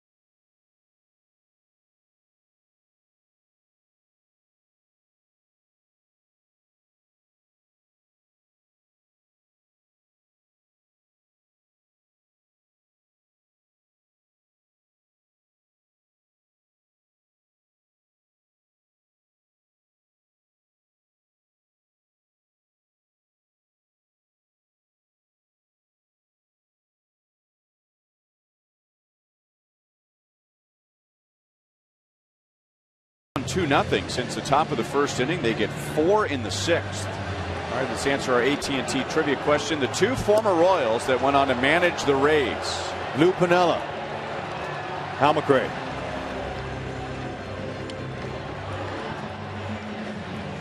I had to think about the Lou Piniella one. I still don't think of him as, well, he was manager of the then Devil Rays. And Joe Madden, when he took over, he felt like the team needed a new attitude, and he is an outside-the-box thinker. And he really felt like they needed to change their name and they needed to change their uniform and just get away from that image of the lowly Tampa Bay Devil Rays. And they were the lowly Tampa Bay Devil Rays, but man, what a turnaround. 10 consecutive losing seasons into 5 straight winning seasons, averaging 92 wins over that stretch. This is Brandon Gomes taking over in the bottom of the 7th inning, and that's pulled foul by Alcides Escobar. The Royals were scoreless for 5 2/3 against Alex Cobb, and then Eric Hosmer doubled to left. Lorenzo Cain singled him home. Mike Moustakas, with his first home run of the year, put the Royals in front 3-2. Then Francoeur doubled. Perez drove in Francoeur. And now Escobar just pokes it into right field for a leadoff hit. 4 runs, the most that Alex Cobb has allowed this year in a start. And the first time that he pitched fewer than 6 2/3 innings. That's how good he's been. And the Royals hung a 4 very quickly on the scoreboard. That's right. And if you're a golfer, you might yell 4 in the Rays bullpen. That ball Moose hit. Look at this one. He did talk about reaching out and touching someone. That's what you do. Reached out. Set the table up here. And Escobar runs on the first pitch. The pitch is low and the throw is on the bag, but Escobar slides in front of it. Okay, quick release by Jose Molina. Nice accurate throw, but a better jump off the pitcher, Brandon Gomes. Escobar, late slide, slides on his right side. His back's to the ball. He can see the ball get by the infielder. I'm an advocate of sliding on your right side, young sliders. Keep your back to the ball. You don't have your face exposed. And what Billy Butler's going to be looking for here is an 89 to 94 mile an hour fastball, slider, and a split finger he'll throw to lefties. Billy's average keeps creeping up.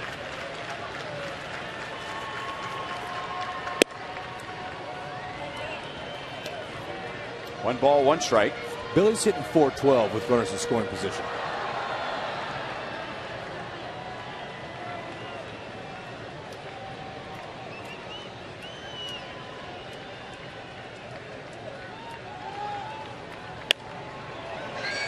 One and two. Fourth time that Billy has faced Gomes, and he's 3 for 3. And it won't take much to get a run home here with Escobar's speed at second base.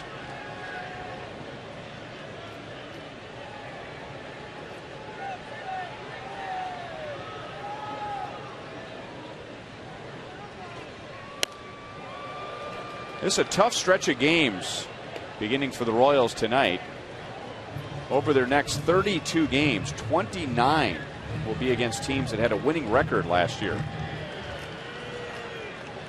And what an exciting start. Now there's still 6 outs to go on defense to try and steal, however you look at it, this victory.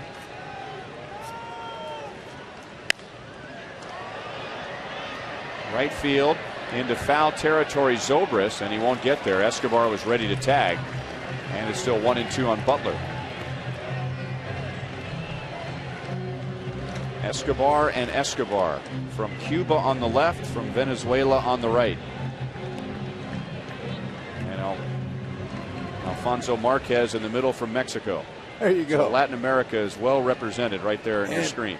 Alfonso, the umpire, is the first Mexican-born umpire in the big leagues.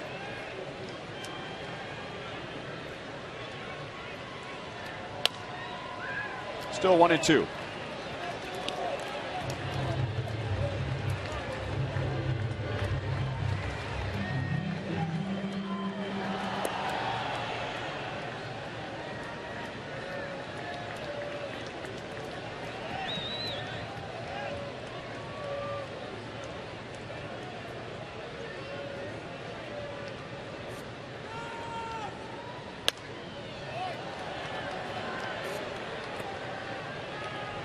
Well, it looks like he's trying to get a pitch out away and go to center or right field. That's right. He sees that hole we're seeing up here. With Roberts, the second baseman, holding Escobar close, you could fly the Goodyear blimp through that hole. Billy sees it.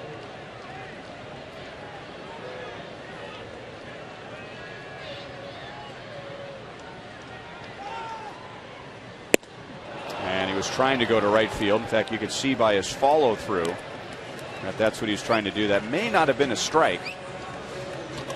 And that's the first out of the 7th inning. Yeah, he just got that one by Billy. A little bit away.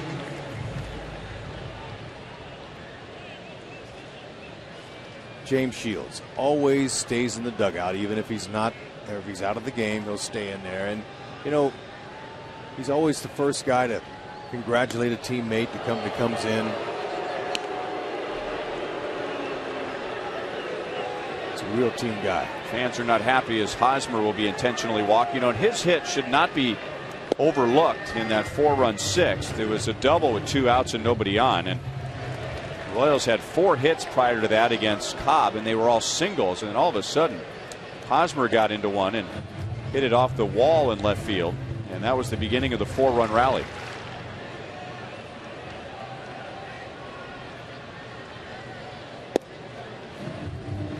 So Joe Madden wants to set up the righty-righty Gomes and Kane. And that's the first walk allowed by a Rays pitcher tonight. So Kane to the plate. Jim Hickey, Rays pitching coach, will hold a conference on the mound. And after Hosmer's double in the 6th inning with 2 outs, Lorenzo Cain put the Royals on the scoreboard for the first time. He sure did. Shortened up that swing, but he looked for something up. It was a breaking ball. It stayed up. Lorenzo, with his typical laid back style, after he swings it, he leans back. He's able to plate Haas, and then it just kept on rolling.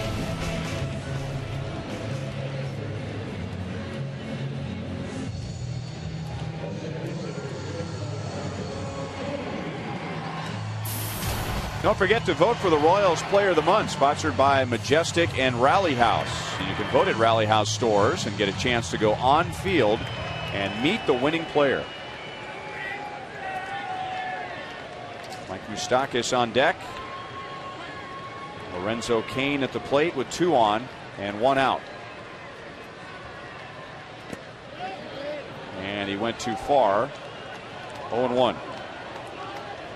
Like he was guessing fastball there. Sometimes it's hard to hold your swing.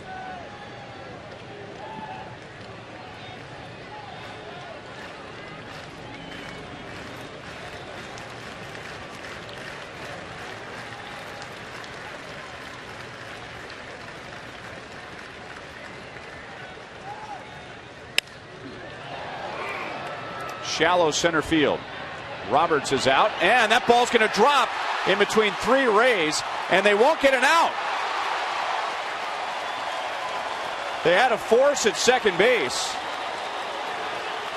but that throw almost ended up in the third base dugout. Boy, Lorenzo Cain, he's living right. He'll take that knock. Roberts looked like he had a beat on it, and all of a sudden he just stopped pursuing it.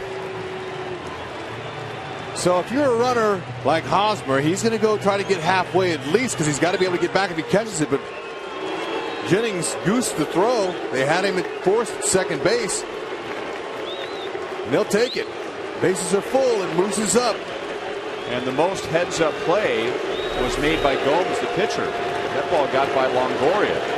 And now Moustakas with the bases loaded. Last time up, last inning, with a man on in a 1-run game. He hit his first home run of the season into the Rays bullpen. He has 2 hits tonight, and his only out was scorched on a ground out to second base.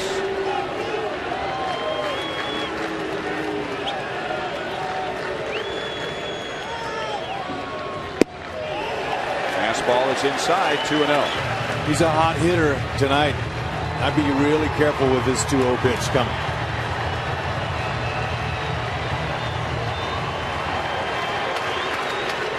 He's been on the ball all night.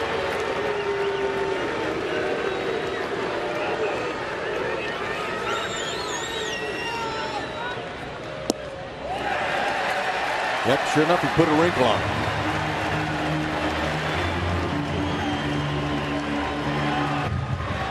And maybe a week ago, Moustakis would have swung at that pitch. Because he was a little bit anxious, trying to get something happen.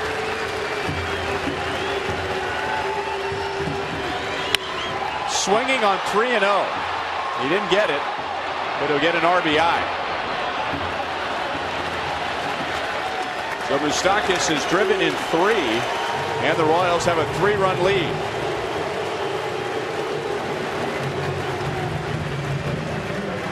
He didn't quite get that one, but last inning he did. It's our 4th play of the game.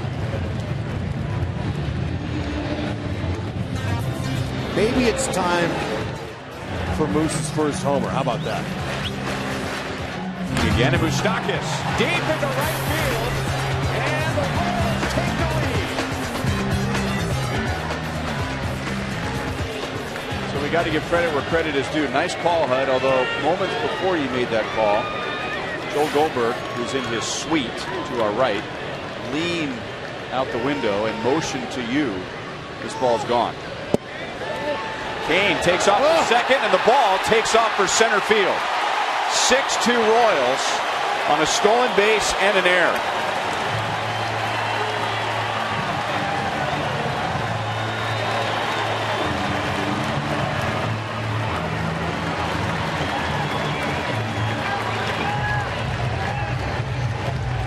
They had the idea that Roberts would catch the ball, cut it off, and get Osmer coming home here, but Molina couldn't find the target.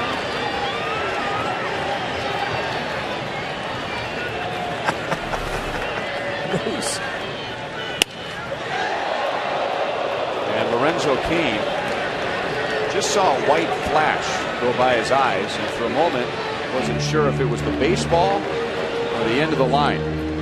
That's why you stand in foul territory when you're at third base. If the ball does hit you, you're not out. But if you're on the line or in play, you are out. It hits you. 1-2 on Francoeur, who doubled and scored in that 4-run 6th inning. James Shields talking it over with Wade Davis.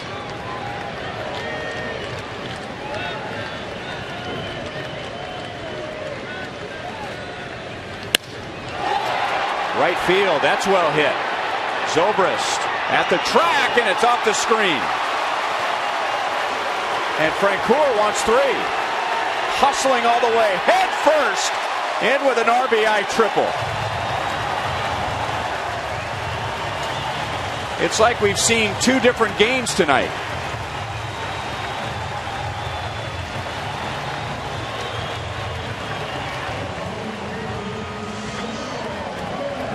I thought Frenchie had it over the wall.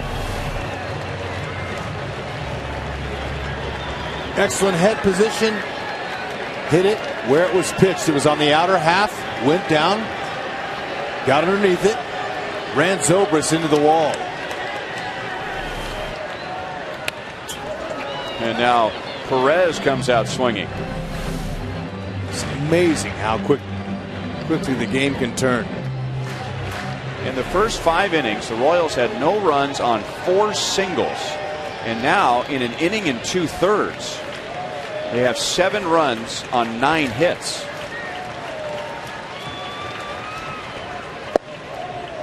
Over the inside, no balls, 2 strikes.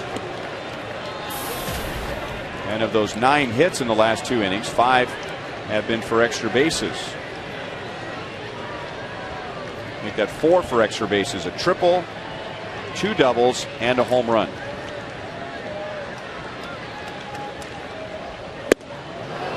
Perez strikes out. The inning comes to an end. The Royals had 3 more.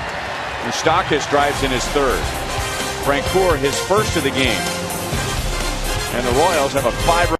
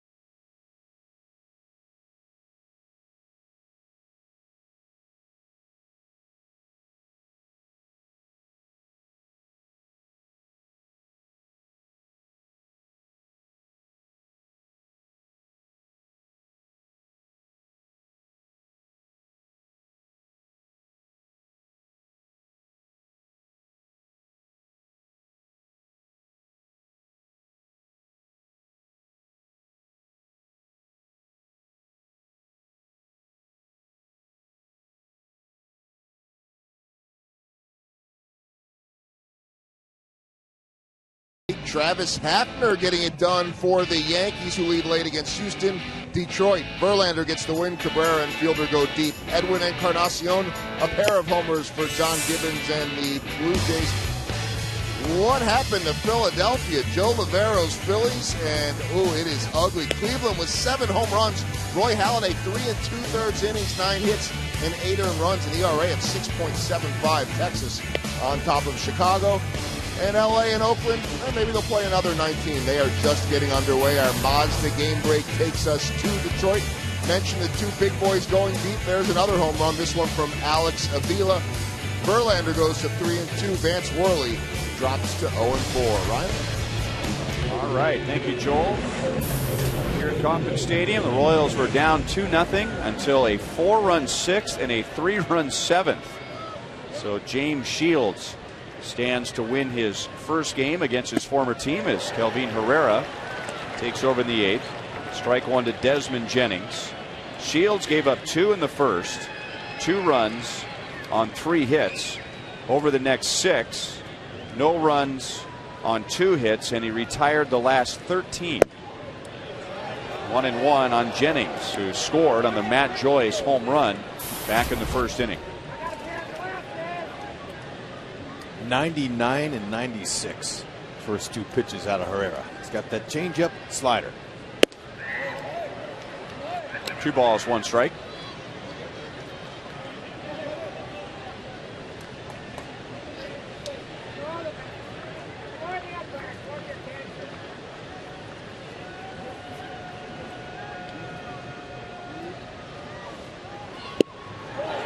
'99. 2-2 on Jennings. He has faced Herrera once before tonight and struck out.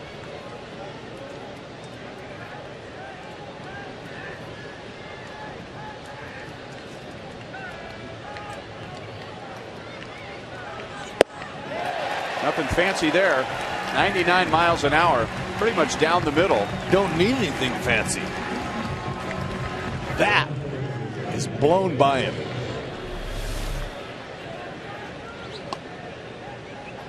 Can't touch that. Look where it's located, too. Out of the middle of the plate. From the gifted right arm of Herrera.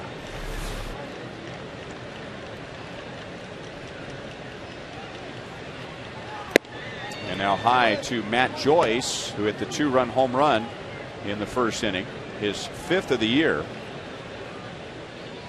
And the Rays held that 2-0 lead until the bottom of the 6th. They haven't scored since. They haven't come close to scoring since. They have had 2 base runners since that first inning, and none has reached second base.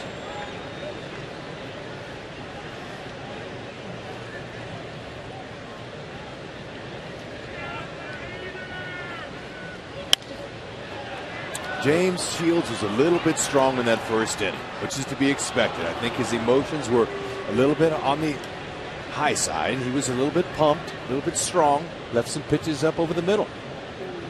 But then he proceeded to keep his calm and go about his job. Perez tried to pull it back in the strike zone. 2-2.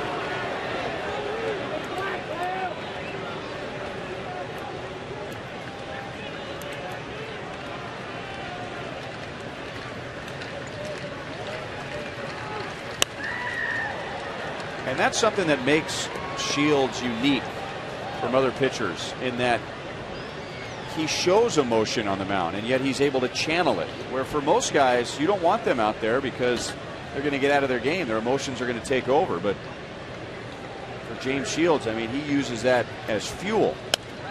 Fouled back and just below us.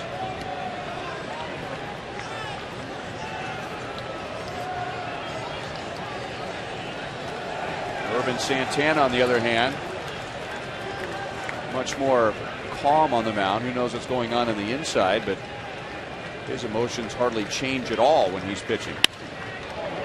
And that's through the right side. Joyce has his second hit, and the Rays have 1 on with 1 out.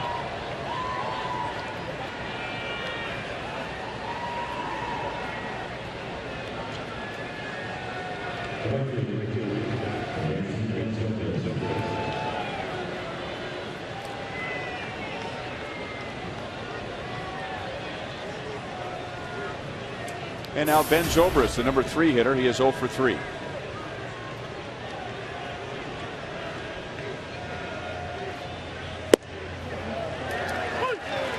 Oh and 1.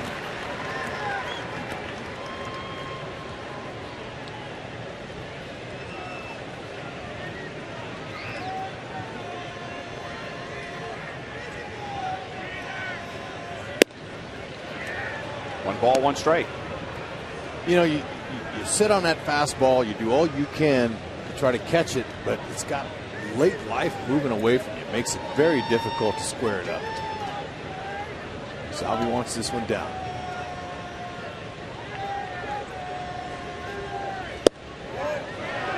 Just off the corner. Dan Bellino has heard it from everybody tonight. He's heard it from the Royals. He has heard it from the Rays. And he's heard it from the crowd, but according to the grid, that was the right call.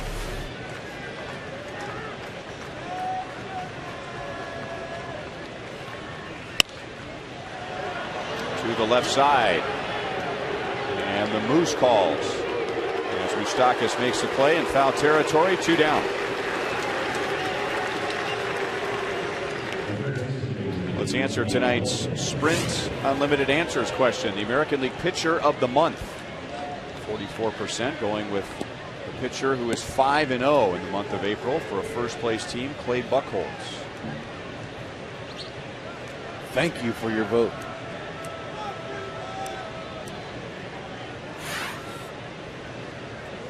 And now Herrera wants a new baseball before he pitches to Evan Longoria. Mentioned in the first inning and right after Joyce hit the 2-run home run that the Rays were on a home run binge, and Matt Joyce's home run gave them a home run in 15 straight games to tie a team record. But you're not just talking about a home run here or there during that stretch. 26 home runs over their last 14 within that streak, and Longoria was 6 in his last 4. And they came out swinging tonight. And that skips past Hosmer and goes into right field, and will allow Matt Joyce to move up to second base. And remember, 2 years ago, Salvador Perez made his big league debut in Tampa Bay, and he picked off 2 Rays runners. So that's been part of the scouting report in stone ever since that game. Exactly. Now he lost his footing. He's saying that's my fault. He snaps out of that little coiled position, never even stands up, but his leg left him, and he kind of didn't have a good base underneath him. Those home runs you're talking about, Ryan, those come in handy for pitching, relievers, whatever. It gives them that extra 2-3 runs in one swing in the bat. Jammed him badly. That Carrera could have made the play, but Moustakas comes over from third, and that ends the inning. That's 7 consecutive scoreless innings for Shields and Herrera since the 2-run first.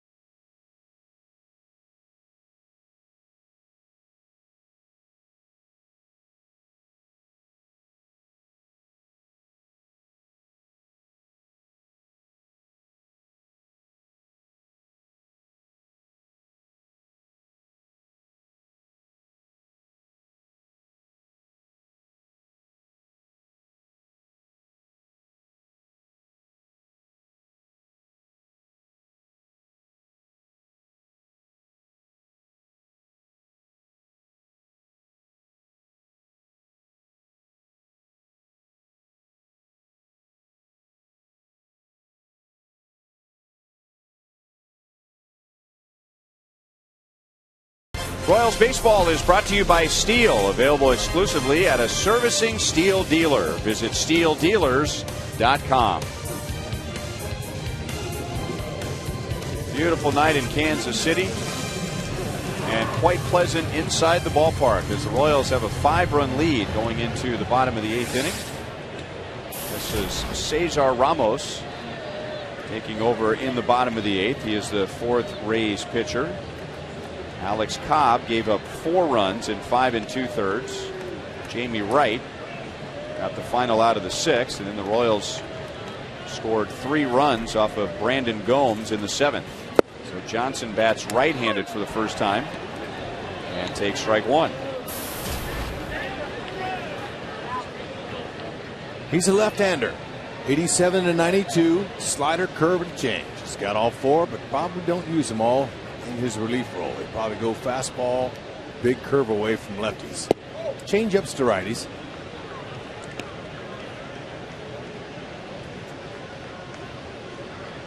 Johnson, first game against his former team, has 2 hits and a stolen base.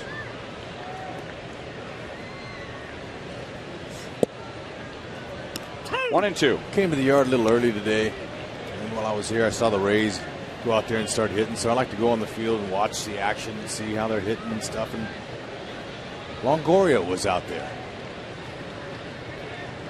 and I got into a conversation with him,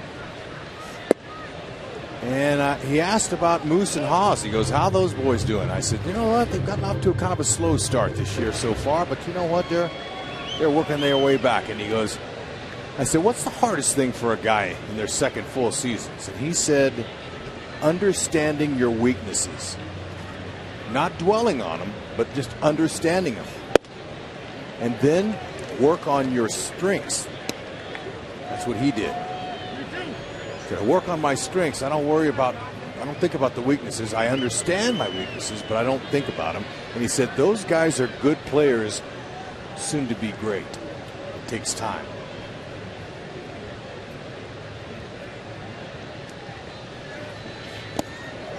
And now Johnson walks to lead off the 8th inning. I read a book several years ago. I don't remember the name of the author. The name of the book was Strengths Finder. And the whole premise of the book was that in order to really thrive in whatever you do for a living is to build on your strengths. And, you know, to add on to what Evan Longoria says, yeah, you want to be aware of your weaknesses, but the theory was that people at times focus too much on improving their weaknesses that their strengths begin to dwindle, begin to fade away. A lot of truth to that.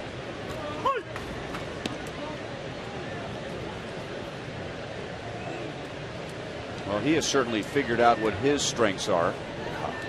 He's a beast.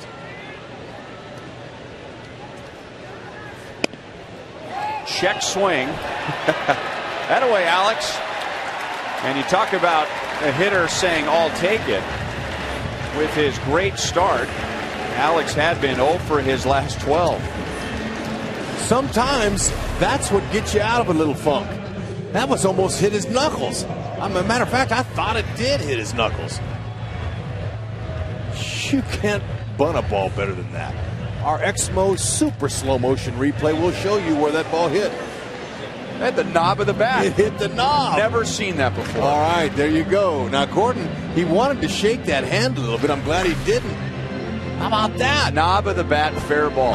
You ever seen that? Not that went fair. And most guys are acting like it hit him because it goes foul. Gordon's really living right.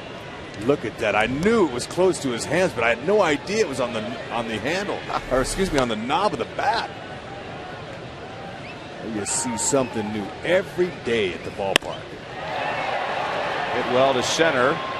Escobar is out on the play by Jennings, and now Johnson is going to tag, and he'll advance to third. So it turns into a productive out. Escobar is 1 for 5. That's unbelievable. So getting back to what we were just talking about, that's a strength for Alex. He should work on that every day, right? You can't practice that. That is a thing of beauty right there. Wait till his teammates see that one on replay. Oh.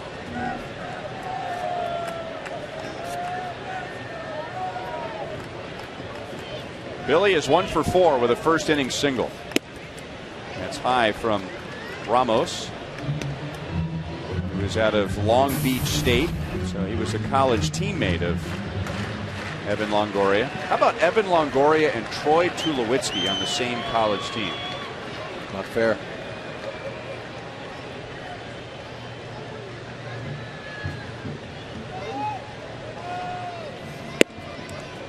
Two and 0. What are they? Their baseball team, they're the Dirtbags, right? That's right. Beautiful. They're proud of it.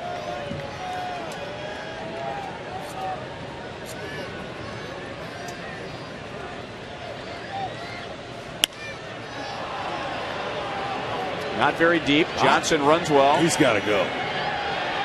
Zobrist the play. Throws all the way to the plate. Not in time.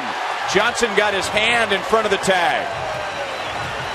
And the Royals lead 8-2 in the bottom of the 8th. I knew Johnson was going. One of the reasons that Ned started him tonight over Chris Getz is because he thought he might do something against his former team. Butler loves him, gives him a hug for that, says, thank you for the steak, I'll take it. Good throw. Molina stands there trying to deke him. Just standing there all of a sudden at the last minute, trying to get the tag on him. Great little slide with a hand. And he helped the umpire with the call. Watch him get that left hand in there. Good hustle. It's quick.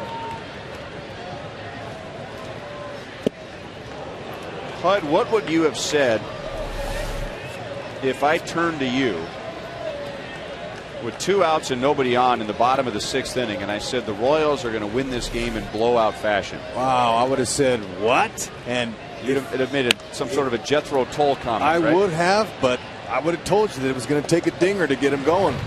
That's what happened. My goodness, what a game of halves.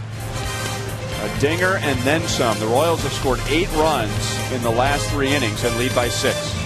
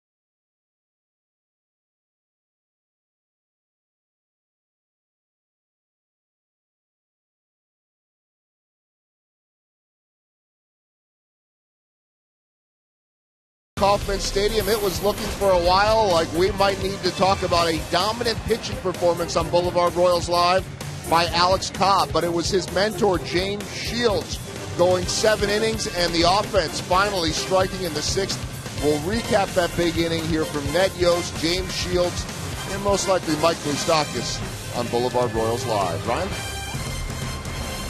Okay, thank you, Joel. We look forward to that. And that might come sooner rather than later with the way Greg Holland has been pitching lately. 16 strikeouts. And that is in 8 innings. And those strikeouts have been coming in bunches lately. Of the last 16 hitters that Greg Holland has faced, he has struck out 12. And strike one to James Loney. And when he goes strike one, he'll tell you that's my best pitch. Strike one, and he's able to set hitters up with his slider and his splitty.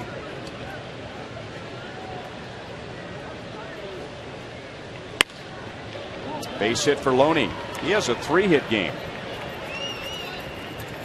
And he was hitting .349 when the game started.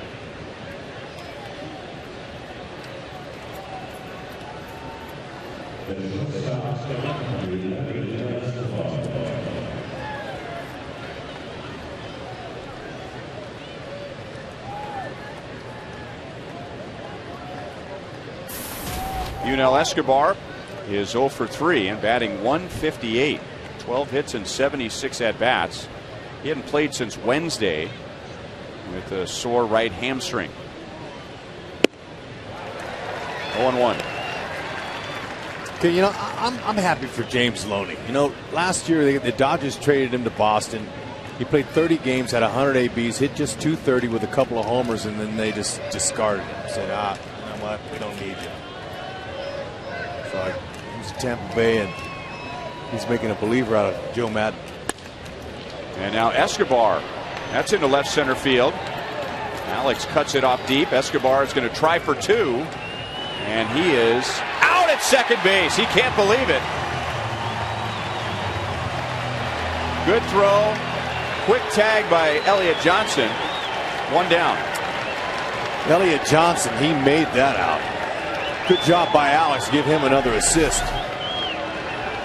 As he's steady as always, plants and fires and throws a 2-hopper, and Johnson somehow got a tag on him before he got to the base, and Escobar wasn't too happy about it.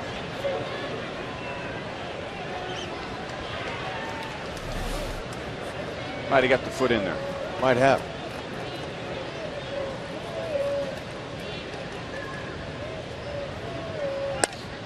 And now Luke Scott. Shallow center. Kane gets behind it. Loney will not tag. Loney doesn't want to end the game at home plate. You know, I was just going to say, even though it appears, at least from the angles we've seen, that Escobar may have gotten his foot in there in a 6-run game in the 9th inning. I mean, it's very unlikely you're going to score 6, especially against Greg Holland. But if you are going to score 6, you need base runners. You don't really need to be pushing the envelope that early, do you? No, I agree with him. Shouldn't have been going. So 2 down, and now Jose Molina.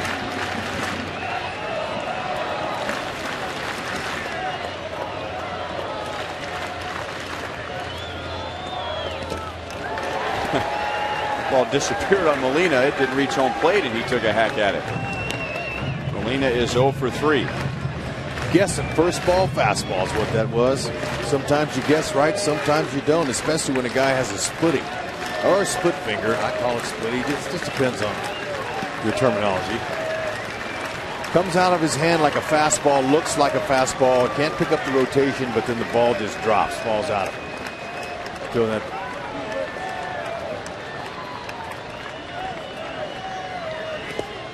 Same pitch. Molina didn't go for it this time. 1-1.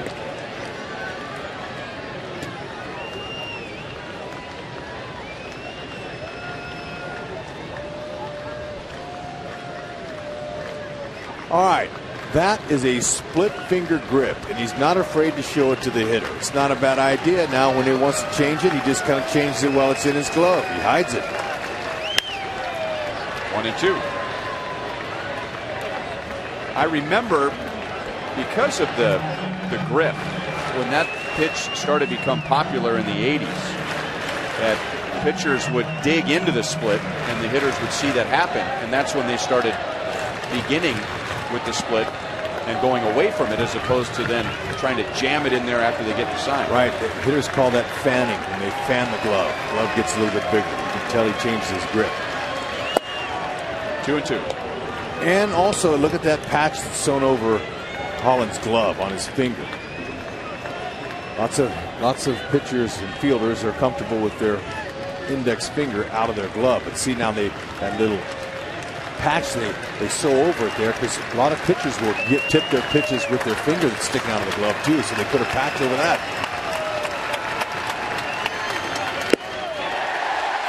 Ball game over.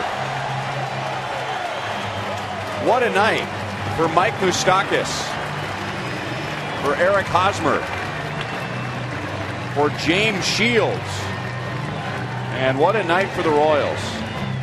Down 2-0 with 2 outs in the bottom of the 6th inning. They score 4. They add 3 more in the 7th, 1 more in the 8th, and end up with an 8-2 victory in Game 1 with Tampa Bay. James Shields took a licking and kept on ticking. It's a beautiful thing to see him go out there and stay in the game, keep his team in the game until they were able to erupt on Alex Cobb. Moose was loose here at the K. Nice to see that for Moose. The Moose calls will continue, as I'm hoping that Goldie gets a chance to interview him. So still, the Royals' longest losing streak is 2 games as they win tonight, and now they've won 4 in a row against Tampa Bay here in Kansas City. And they've won 8 of their last 11 against Tampa Bay here in Kansas City. Let's go down to the field, and here's Joel. All right, Ryan, no surprise that we are joined right now down on the field by Mike Moustakas, and we'll let the fans do that first.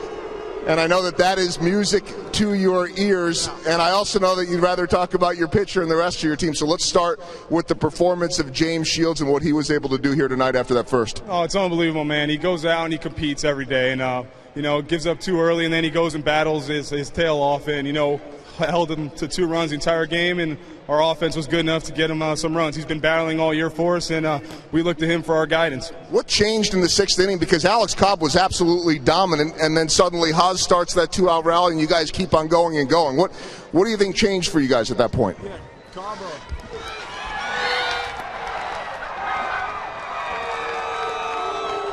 George Kataris and Salvador Perez.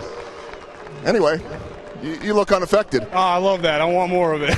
You guys got any more of that? What changed? I mean, he looked dominant through 5. Oh, absolutely. Cobb was throwing the ball well. I mean, he was mixing his pitches real well, in and out, up, down, and with that big hit by Haas, it started it. So we were able to get a couple runs and get on Wago's back, and then that was it. Wago, that would be James Shields, but it looked like all of you guys able to string things together. Obviously, I'm sure a relief for you to be able to get that home run, but everybody one after the next. Oh, absolutely. That's what we're capable of doing every night. We can go out and we can score runs, and when we got pitching like Jamie does, it's an easy night for us. Last thing, the emotion of this team. I mean, this is just early in the season. Everybody's fired up. You're fired up after the home run. You see Elliott Johnson going in there with the tag up. Everybody. Just tell me about that with this team. That's the way we go about our business, man. We go out every night and we come to play. We come to win a game every night no matter what happens. And it's contributed by somebody else each night. So it's been amazing up to this point. It's going to be fun the rest of this year. I just want to say thank you to you guys out there. You guys are awesome. Moose, great job. Many more Gatorade celebrations to come. Many more. Mike Moustakas, as he is serenaded by the fans, and well-deserved for him tonight with the big 3 RBIs and his first home run. Ryan? All right, Joel. Well, Moustakas said, we come to play. That's the team's slogan this year.